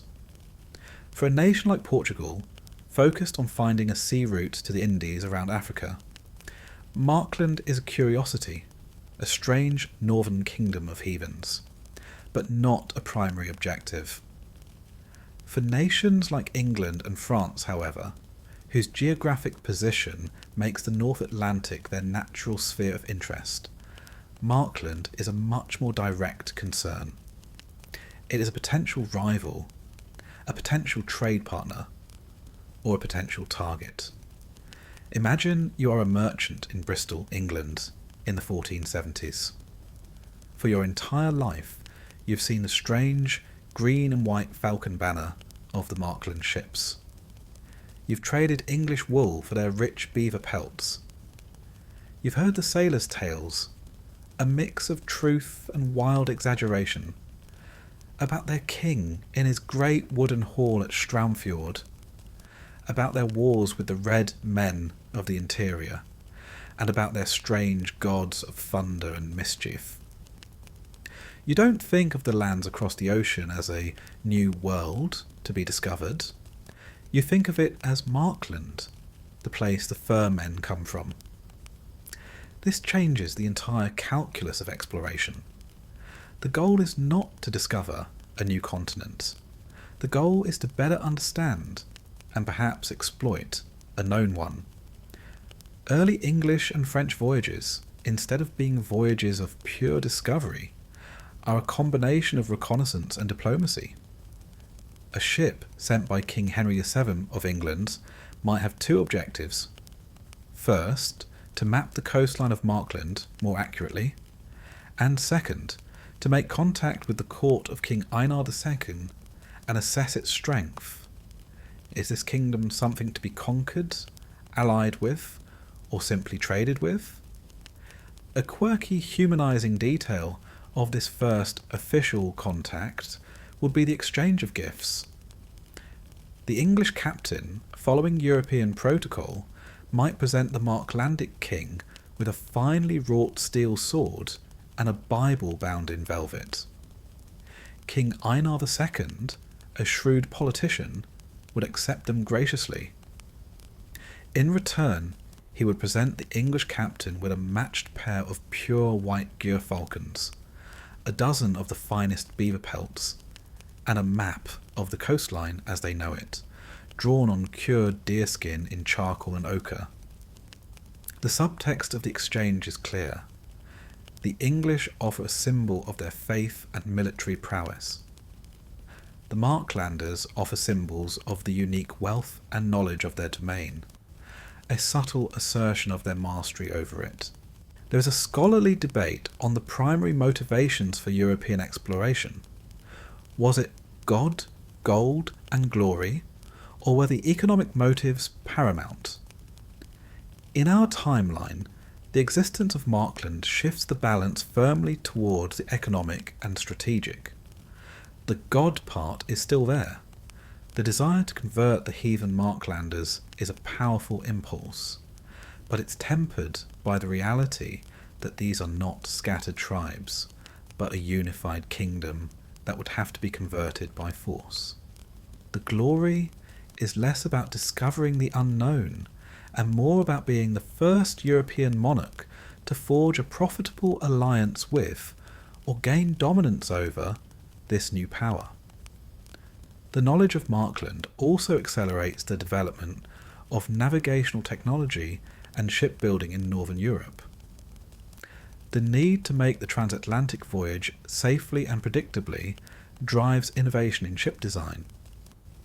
Perhaps the English and French developed the carrack or caravel even sooner, specifically for the challenges of the North Atlantic run. Cartographers in London and Paris would be desperately trying to reconcile the practical knowledge of the Marklanders with the classical geography of Ptolemy. The shape of northeastern America would begin to appear on European maps decades earlier, not as a vague, speculative coastline, but as the defined territory of the Kingdom of Markland. This has a ripple effect. If the north is known to be occupied by a reasonably strong non-Christian kingdom, the focus of other explorers might shift. They might reason that the best way to find unclaimed land and a route to Asia is to sail further south, to avoid Markland's sphere of influence entirely. The existence of a Norse American kingdom in the north doesn't stop the age of exploration, but it redirects it, reshapes its goals, and strips it of its foundational myth, that of stumbling blindly into a new, unknown world. The explorers who are about to sail are not heading into a void. They are heading towards a continent that they know, for a fact, is already inhabited by more than just scattered, primitive tribes. It's inhabited by a kingdom born of Vikings. The established presence of the Kingdom of Markland in the European consciousness fundamentally changes the story of the most famous explorer of them all. In our timeline, Christopher Columbus was a man possessed by a single revolutionary and ultimately incorrect idea that the world was small enough to reach the East Indies by sailing west from Europe. He had to beg and plead for years to find a monarch willing to fund his speculative, high-risk venture. He was an outlier, a visionary whose proposal was rejected by the experts in Portugal precisely because they had a much more accurate understanding of the globe's circumference. But in a world where Markland is a known quantity, Columbus's project looks very different. He is no longer a wild-eyed prophet of a new route to Asia. Instead, he becomes a canny strategist, proposing a logical, if ambitious, next step. His pitch to Queen Isabella and King Ferdinand of Spain is not about reaching Cipangu, Japan, or the court of the Great Khan. That remains the ultimate, long-term goal, of course, but his immediate practical objective is much closer to home. He argues that while the English and French are focused on the known northern lands of the Marklanders, the true prize, the direct route to the Indies, must lie in the unclaimed territories to the south. His famous voyage is not a shot in the dark. It is a calculated attempt to outflank a known competitor. A crucial historical fact about Columbus's enterprise was its commercial nature. The capitulations of Santa Fe, the contract he signed with the Spanish crown, granted him the titles of Admiral of the Ocean Sea, Viceroy, and Governor-General of all lands he could claim for Spain, along with 10% of all revenues. It was a business deal. In our new timeline, this deal is even more pointed. It's not about any lands he might happen to find. It's about any lands he can find that are not part of or allied with the Kingdom of Markland. The Spanish crown is not just funding exploration, it's funding a geopolitical move against its European rivals and this strange northern kingdom. So, in August of 1492, when Columbus sets sail from Palos, his mindset is different. He is not sailing into a complete unknown. He knows there is a massive landmass out there. The maps he carries, like the one by Toscanelli, are still wildly inaccurate about the distance to Asia, but they are layered with a new piece of information: the general location of the Marklandic coast. His chosen route, sailing west from the Canary Islands, is a deliberate strategy to stay far south of the routes used by the Marklanders and the Bristol merchants, to avoid their territory and find a back door to the continent. When he makes landfall on that island in the Bahamas, Guanahani, which he renames San Salvador, his reaction is subtly altered. In this timeline, he is less certain. He knows he has reached a land, but is it an island off the coast of the Indies? Or is it an island off the coast of the southern part of the great continent that also contains Markland? He calls the people he meets Indians, not because he is certain he's in India, but because it's the most optimistic and politically useful interpretation of his discovery. A quirky, humanizing tidbit of this encounter is how Columbus might have tried to communicate. In our history, he tried to ask the Taino people if they knew the way to Cipangu. In this history, he has another question in his arsenal. He might try, through gestures, to ask them if they know of the men from the north, the Iron Men, the men in the green and white falcon ships. Imagine the confusion of a Taino cacique being asked by these strange newcomers not just about gold, but about another entirely different group of strange men. The Taino, whose trade networks were extensive but likely didn't reach as far as the St. Lawrence, would have no idea what he was talking about, further convincing Columbus that he had indeed found a land untouched by any European or Marklandic influence. There is an ongoing scholarly debate about Columbus's true beliefs and motivations. Was he a medieval crusader at heart, or a modern man driven by ambition and greed?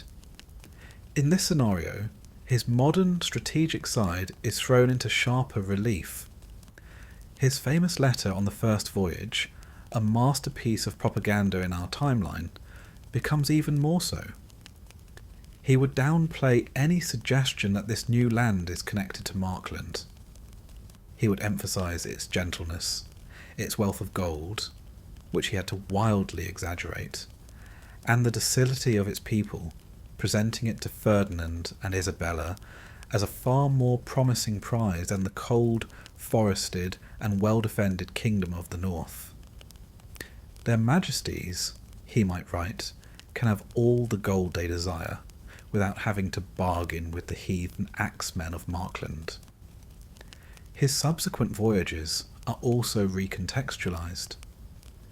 His exploration of Cuba and Hispaniola is a frantic search for two things: gold, to prove the value of his discovery, and any evidence that he has, in fact, reached a different continent or a direct route to Asia, and not just the other side of the Marklandic landmass. The Spanish colonisation of the Caribbean proceeds with a frantic urgency, driven by the desire to establish a strong foothold before the Marklanders or their English and French partners can get wind of the riches to be found in the south and decide to sail down the coast. In essence, the existence of Markland turns the discovery of America from a singular, world-changing event into the opening of a second front. The northern front, centred on the fur trade and timber, is a known quantity. Columbus, by sailing south, opens a southern front centred on gold and plantation agriculture. He is not the man who discovered a new world. He is the man who revealed that the world the Europeans already knew about was vastly larger, richer, and more complex than they had ever imagined. And in doing so, he set the stage for a monumental clash, not just between Europe and the indigenous peoples, but between two different European-descended cultures that had been evolving on separate continents for over 400 years. The Spanish establishment in the Caribbean, initiated by Columbus's voyages, unfolds with a brutal efficiency. They build forts, they enslave the local Taino population to pan for gold in the rivers, and they begin the systematic colonisation of Hispaniola. For about 2 decades, the worlds of the Spanish and the Marklanders exist in parallel, separated by 1,000 miles of ocean and forest. The Spanish are aware of the Kingdom of the North through European channels, but view it as a sideshow, a cold, heathen land of furs, a problem for the English, while they focus on the immediate, tangible wealth of gold and the promise of a passage to the Spice Islands. The Marklanders, in turn, hear vague rumours from visiting traders of a new aggressive power, the Iron Men of the South, who have arrived in the warm seas. But it remains a distant concern. This changes dramatically around the year 1519. This is the year that Hernán Cortés, a minor Spanish nobleman with immense ambition, launches his unsanctioned expedition from Cuba to the mainland. His target is the Aztec Empire, a civilization whose wealth and sophistication dwarf anything the Spanish have yet encountered. In our timeline, his conquest is a story of astounding audacity, technological advantage, and the devastating impact of European diseases. In this timeline, the story has an added layer of geopolitical urgency. As Cortés makes his way inland, he is not just looking for gold. He is racing to claim the heart of this new continent for Spain before any other power, English, French, or even the mysterious Marklanders, can stake a claim. The first contact between the Kingdom of Markland and the Spanish conquistadors is not a dramatic meeting of kings. It's indirect, a ripple effect felt along the coast. Marklandic Pelsjägers and their Mi'kmaq allies, pushing their trapping and trading operations south along the Atlantic coast into what we would call New England, begin to encounter new diseases. Smallpox, which Cortez's expedition unleashes upon Mexico with apocalyptic consequences, does not respect political boundaries. It travels along the ancient indigenous trade routes, moving from village to village, arriving far in advance of the Spanish themselves. A crucial historical fact is that this virgin soil epidemic was the single greatest factor in the European conquest of the Americas, killing up to 90% of the indigenous population in some areas. The Marklanders, with their 4 centuries of exposure to European pathogens and their partial indigenous ancestry, have a degree of immunity that the purely indigenous populations lack. They are not wiped out, but they are hit hard. A wave of sickness sweeps through the southern trading posts and filters back to the heartland, causing the first major plague in Markland's history. It's a terrifying experience, but it also serves as an early warning system. Their frontier scouts and trading partners bring back not just furs, but horrific stories of entire villages wiped out by a swift and terrible sickness, and tales of bearded men on enormous canoes, men clad entirely in metal, who are the source of the plague. The first direct face-to-face meeting is likely accidental. Let's imagine a Spanish caravel mapping the coastline north of Florida around 1525, blown off course by a hurricane. It limps into a sheltered bay in what we would call the Chesapeake. The crew is expecting to find either empty wilderness or small bands of native peoples. Instead, they are met by a longship, its prow carved in the shape of a wolf's head, its crew a mix of blonde, red-haired and dark-haired men wielding steel axes and speaking a guttural language that is recognisably Germanic, but unlike anything they've ever heard. These are the men of a southern Marklandic trading post, a South Holt, established to trade for shell beads and timber. The encounter is tense and suffused with mutual disbelief. A quirky, humanising detail would be the communication breakdown. The Spanish priest on board holds up a cross and begins to recite a prayer in Latin. The Marklandic leader, a Jarl named Bjarni the Red, responds by holding up his axe and shouting a greeting in his own tongue, invoking Thor's protection. The Spanish see savage heathens. The Marklanders see strangely dressed men with inferior axes.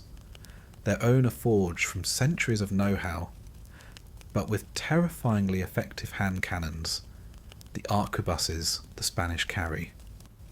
It's a meeting of 2 different branches of European military evolution. The Spanish have gunpowder. The Marklanders have perfected the art of cold steel and forest warfare.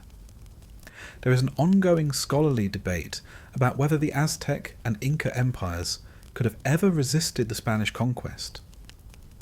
In this timeline, the Marklanders, observing from a distance, provide a clear answer. Yes, if you have iron and immunity. News of the fall of the Aztec Empire, which filters up the trade routes, is a profound shock to the court at Strandfjord. The story of how a few hundred iron men of the south toppled a massive empire is analysed with grim fascination. They learn of the Spanish tactics, the use of cavalry, the effectiveness of firearms, and the political strategy of turning subject peoples against their imperial masters. King Olaf III of Markland, A cautious and pragmatic ruler understands the existential threat these newcomers represent. They are not like the Haudenosaunee, a rival to be managed. They are a global power with seemingly limitless resources and a fanatical religion. The Kingdom of Markland begins to prepare for a conflict it sees as inevitable. They try to acquire firearms through their English and French trade contacts, trading huge quantities of furs for a few precious arquebuses and barrels of black powder. Their blacksmiths, masters of iron, struggle to reverse engineer these new weapons. The Skogama all begin to adapt their tactics, learning that a shield wall is useless against cannon, and that a silent ambush with bows is far more effective against a firearms-equipped patrol than a noisy charge. The Clash of Empires is not a single battle, but a long, cold war fought on the frontiers of a continent. It's a war of espionage, of proxy conflicts between native allies, and of a frantic arms race. The Spanish, pushing north from their new base in Mexico, New Spain, and establishing forts in Florida, see the Marklanders as heretical obstacles to their divinely ordained mission to claim the continent for Christ and the Spanish crown. The Marklanders, looking south from their bastion on the St. Lawrence, see the Spanish as a rapacious, destructive force, a new and more dangerous kind of Skræling, whose hunger for gold and souls threatens to consume the entire world. The two oldest European-descended powers in the Americas are now on a collision course, and the continent is not big enough for both of them. The arrival of the Spanish in the south and the pre-existing English and French interest in the north shatters any illusion of a simple, two-sided conflict for control of the Americas. The continent is not a blank slate to be divided between European powers. It has become a complex three-way chessboard with the established Kingdom of Markland, the various indigenous nations, and the rival European empires as the key players. The 16th and 17th centuries are not a straightforward story of conquest, but a messy, multipolar struggle for influence, resources, and survival. At the northern pole of this new world order is the Kingdom of Markland. It is a regional power with a defined territory, a strong military tradition, and a population that is largely resistant to old world diseases. Its primary foreign policy goal is simple: self-preservation. King Olaf III and his successors are not interested in conquering Mexico or converting the Spanish to paganism. They want to protect their borders, maintain their lucrative trade networks, and be left alone. To do this, they adopt a sophisticated and cynical diplomatic strategy, playing the larger European powers against each other. To the south lies the formidable Spanish Empire, driven by the God, Gold, and Glory triumvirate. Their goal is total subjugation and conversion. They view the Marklanders as an anomaly, a nest of stubborn heretics to be eventually cleansed, but their immediate focus is on exploiting the vast mineral wealth of Central and South America. The frontier between New Spain and the southern reaches of Marklandic influence, somewhere in the Ohio Valley, becomes a tense, militarized zone, reminiscent of the old frontier with the Haudenosaunee, but with much higher stakes. The third major force is the arriving colonial projects of England and France. A crucial historical fact is that the rivalry between these two nations defined much of European and world history for centuries. In this timeline, North America becomes a primary theatre for that rivalry, but with a twist. Neither power can simply land and claim territory as they did in our history.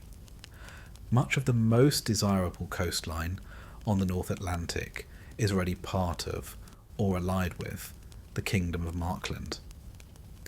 Therefore, their strategy must be one of infiltration and alliance building rather than outright conquest. The French in our timeline were known for their generally better relationships with indigenous peoples based on the fur trade. They slot naturally into a partnership with Markland. The French see the Marklanders not as subjects to be conquered, but as valuable, if heathen, trading partners, and, more importantly, as a powerful buffer against both English and Spanish expansion. French Jesuits, while horrified by the Marklandic paganism, might be allowed to establish small missions in allied Mi'kmaq territory, but they are forbidden from proselytizing within the kingdom proper. The French supply the Marklanders with firearms, steel, and other European goods in exchange for a guaranteed share of the fur trade.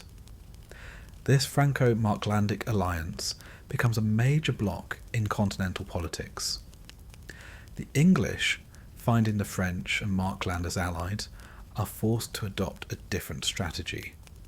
They become the primary European partners of the Haudenosaunee Confederacy.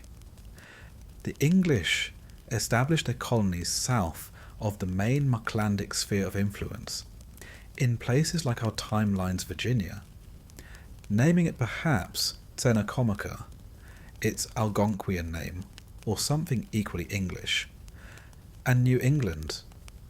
They supply the Haudenosaunee with guns and iron, stoking their old animosity with the Marklanders and their Algonquian allies. This creates a massive proxy war across the Appalachian Mountains, with the English-backed Haudenosaunee on one side and the French-backed Markland-Algonquian alliance on the other. A quirky, humanising tidbit of this era would be the figure of the triple agent or cultural chameleon.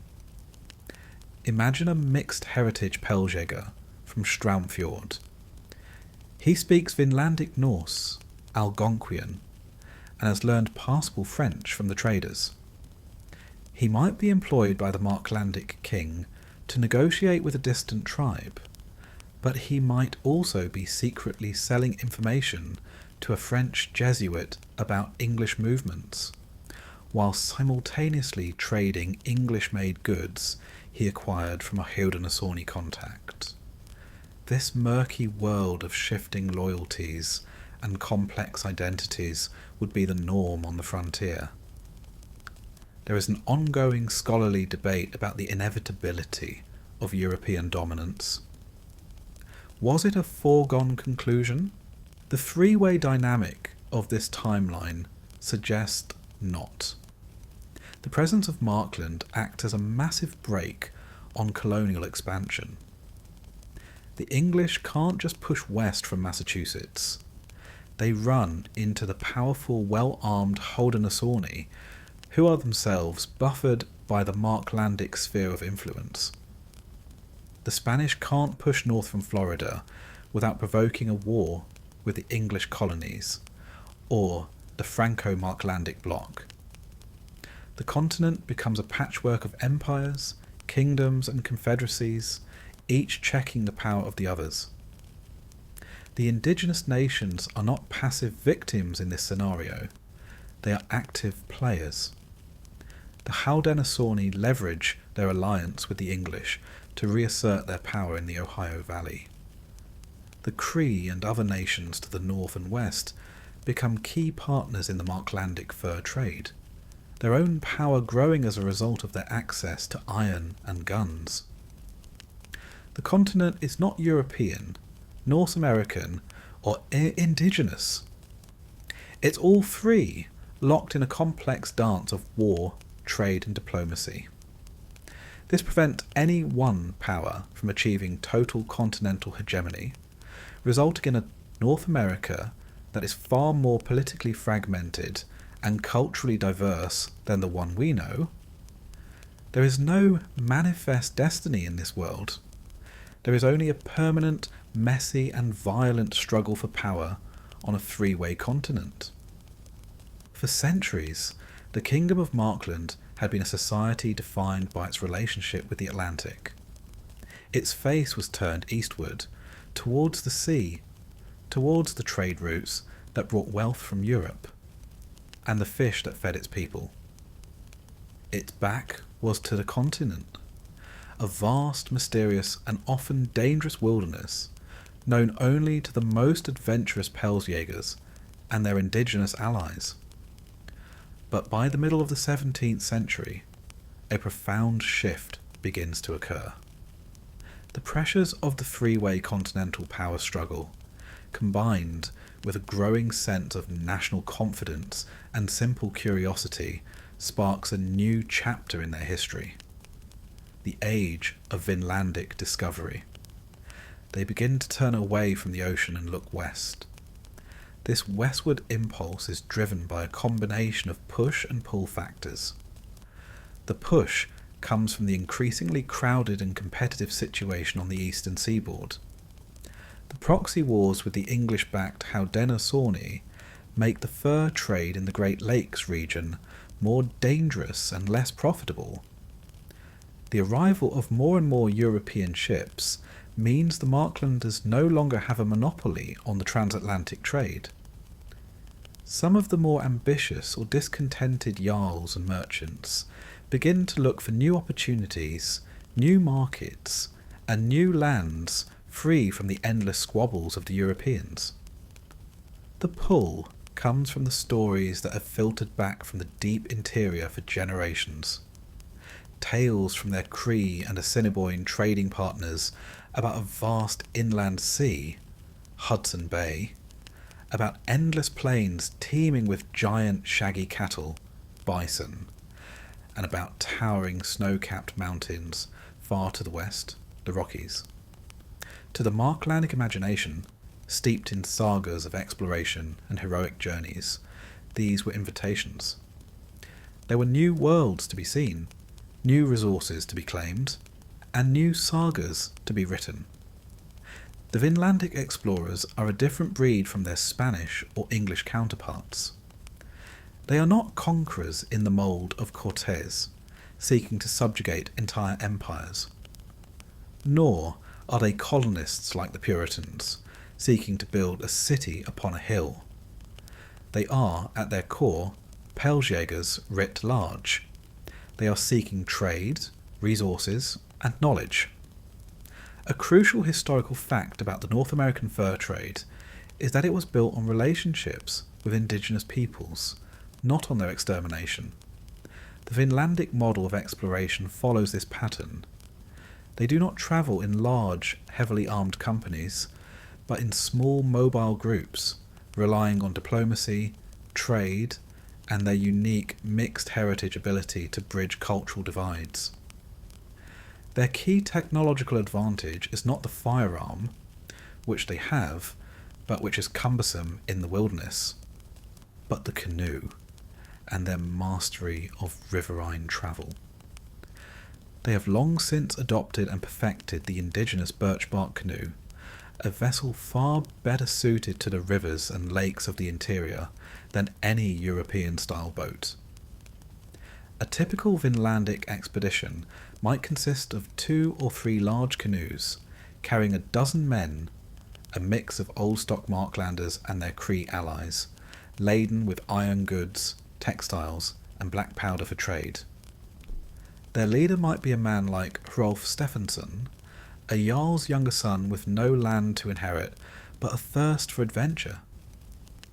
One such expedition, leaving from a trading post on the northern shore of Lake Superior in the 1650s, decided to follow the rivers west instead of north.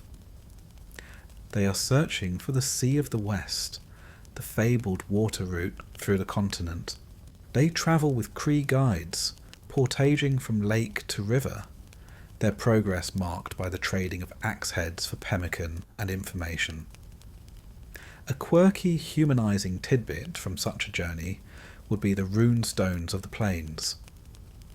As these explorers travel, they leave their mark, not with flags, but with carved stones. On a prominent rock overlooking a river valley, an explorer might carve a message in the younger Futak runes. Hrolf Stephenson was here. We traded 20 axes for 3 horses. The people here call themselves the Blackfoot. Winter is coming. Centuries later, these stones will be the enigmatic markers of a lost history, tracing the westward expansion of a Norse American people. There is a scholarly debate on the impact of the horse on the plains' indigenous cultures.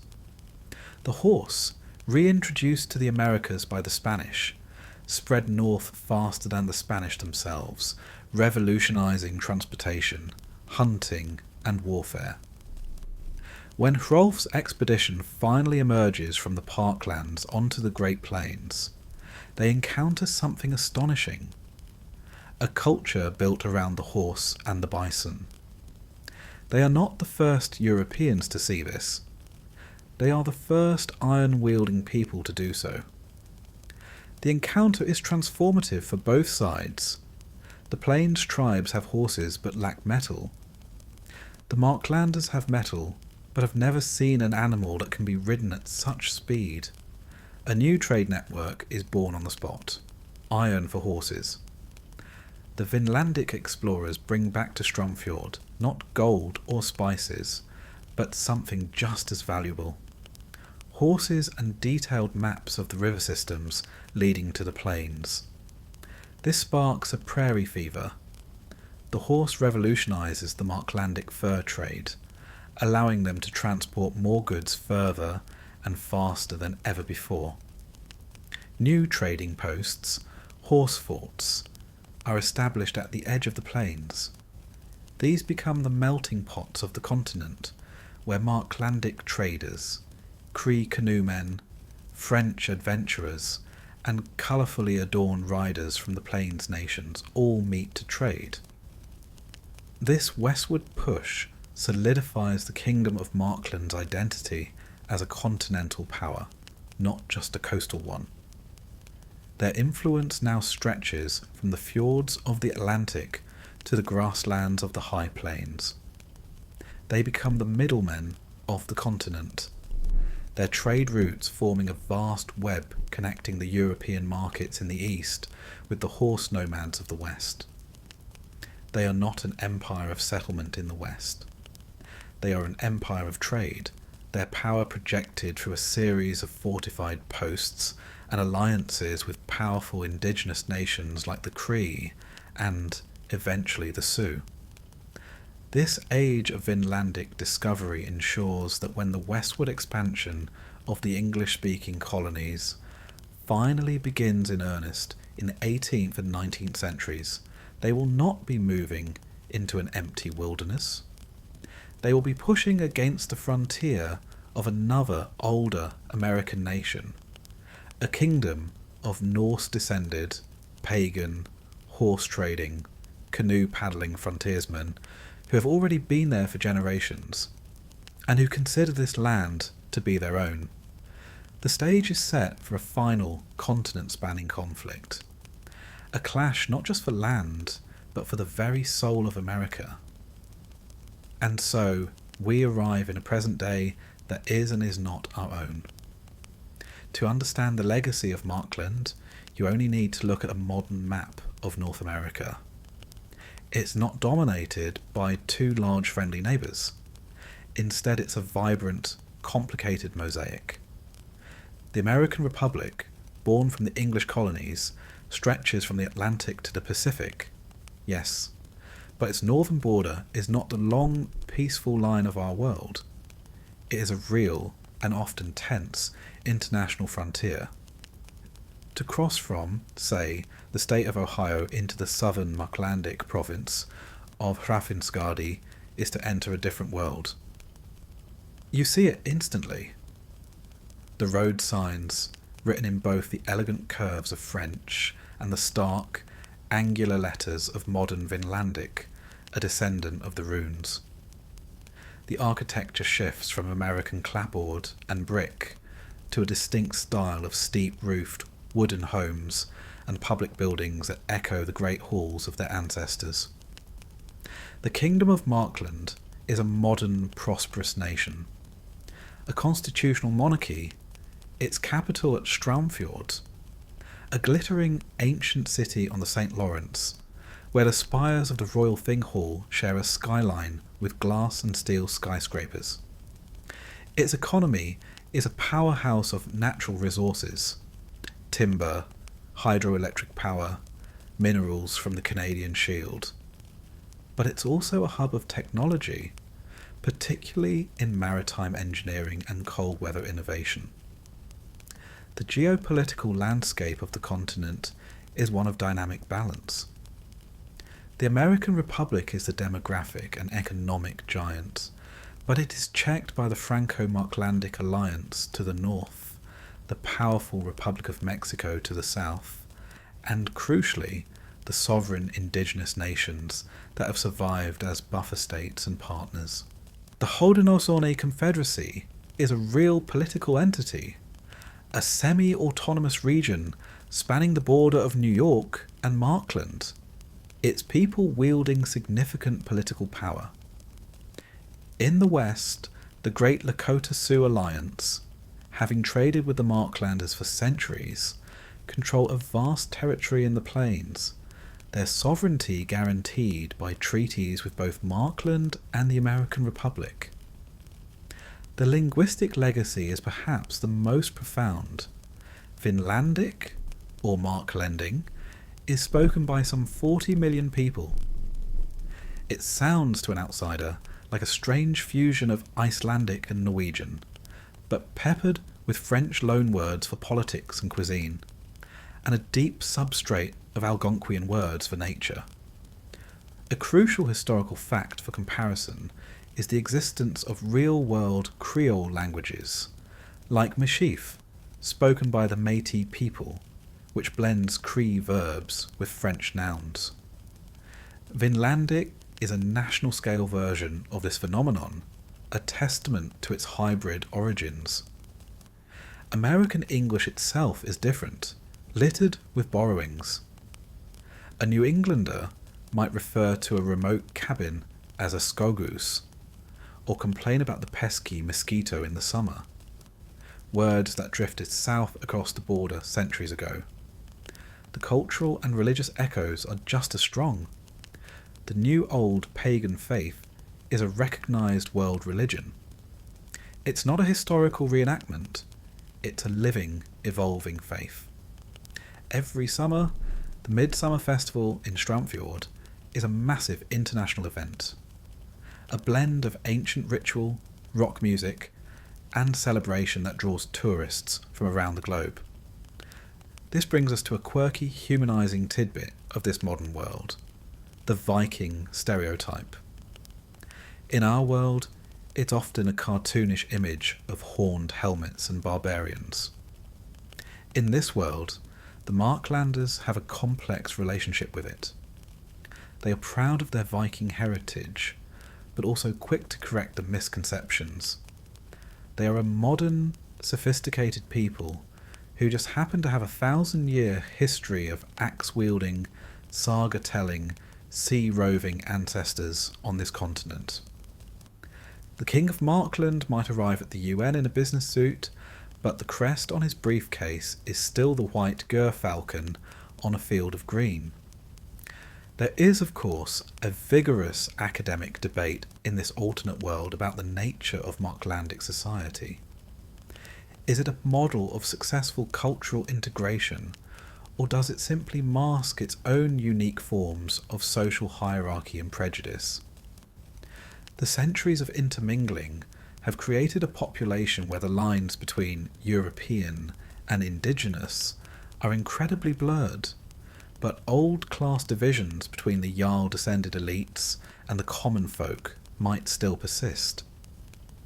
Their history isn't a utopia, it's just a different history, with its own triumphs, its own injustices, and its own ongoing struggles. The greatest legacy, then, is a simple fact of its existence. It stands as a permanent what-if on the world stage. It's a reminder that America was never destined to be a single English-speaking nation. It was always a continent of immense diversity, and in this timeline, that diversity is reflected in its political borders, its languages, and its cultures. The echoes of that one successful settlement, that one flotilla of Nars that didn't turn back, can be seen in every corner of this different present. It's a world that proves history is not a river flowing to a preordained sea, but a delta of 1,000 different streams, any one of which might have become the main channel. And so, our long journey through this other history comes to a close. We stood on the shores of a new world with Leif Erikson, and we felt the chill of failure. But then we returned with Hrolf's determined settlers. We built the palisades of Hrafnsvik, and we watched as the first tentative seed of a new people took root in the North American soil. We saw them fight and trade, love and build, creating a unique identity from the fusion of Norse and Native American worlds. We watched them from afar as they weathered the storm of the Black Death in splendid isolation, and as they forged a kingdom and a crown for themselves from the endless forests of their new home. We saw their world collide with the other great powers of Europe, not as a lost colony to be rediscovered, but as a peer on the world stage, forever altering the course of exploration and conquest. The tapestry of this alternate present, with its vibrant kingdom of Markland, its sovereign indigenous nations, and its rebalanced world order, is a testament to how the smallest divergences can ripple through time, creating a world both strangely familiar and wonderfully, dizzyingly different. It reminds us that the world we inhabit was never inevitable, that it was built on a foundation of countless choices, chances, and consequences, and that the ghostly outlines of other possible worlds, like this one, will always linger just beyond the edge of our own.